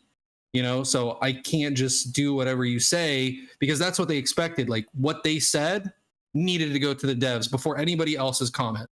I'm like, we have a format you have to follow, just like everybody else. Use it, and your thing will be read. If they act on it, that's on the devs. But I can't control the devs. We don't have that power. It's totally up to them. But your comment solely is not God. Okay, like, it's not. It's this community, what they think as a whole. That's what's gonna get the message across. It's not one person, but like that person, for example, had an expectation issue. So like, I don't know. I just feel like people are targeting me for a lot of shit that like I can't do or I can't change anything. But I just hope that people now are more aware that like I want to help out. That's why I'm here. Like I'm doing my job. I'm doing the best that I can. If I can provide you so if I can provide you any solace, my man, I almost guarantee it. There's always going to be another person, but the people that just know the people that care about this game care about you, and like the other people who come in here to cause chaos or discourse in Discord, I wouldn't take it too personally. Let us handle that. 100%. I'll correct someone. Don't worry. Can I? Dino, would you be okay if I go through all the calls and just get all your sound bites and put it into one video and just put it as titled Dino Says? No, that's funny. I mean, but that's the thing is like these people need to hear it. So if I could just clip it and connect it all, make shorts, just have them listen to you. Make like 30-second shorts. Let's bring back Vine. All right, Dino, you're about to have a whole short lineup just on your voice. I'm sorry. We need to get it out there. People needs to hear and open their ears. And set it and set it to really sentimental music, like yeah, for real. Make it super emotional. In the arms of an angel, dude. And it's just Dino. He's like, look, you guys all have great points, and I want all of this for you, but you guys need to make rational and thoughtful game discussion feedback. Yeah, no, I'm not joking. I have an idea. What if we were all just nice to each other online? That's a terrible. That's no. Get out. Horrible. Get out of here, dude. This guy lives in fantasy land. Hey, we're not recording, or we're gonna hang out. What's going on here? Yeah, no, I'm ending it. It's over. It's done. So if anyone would like to say anything to the podcast, let's say goodbye, say thank you. Now would be the opportunity. For those listening, thank you. We love you. We appreciate you. You guys rock.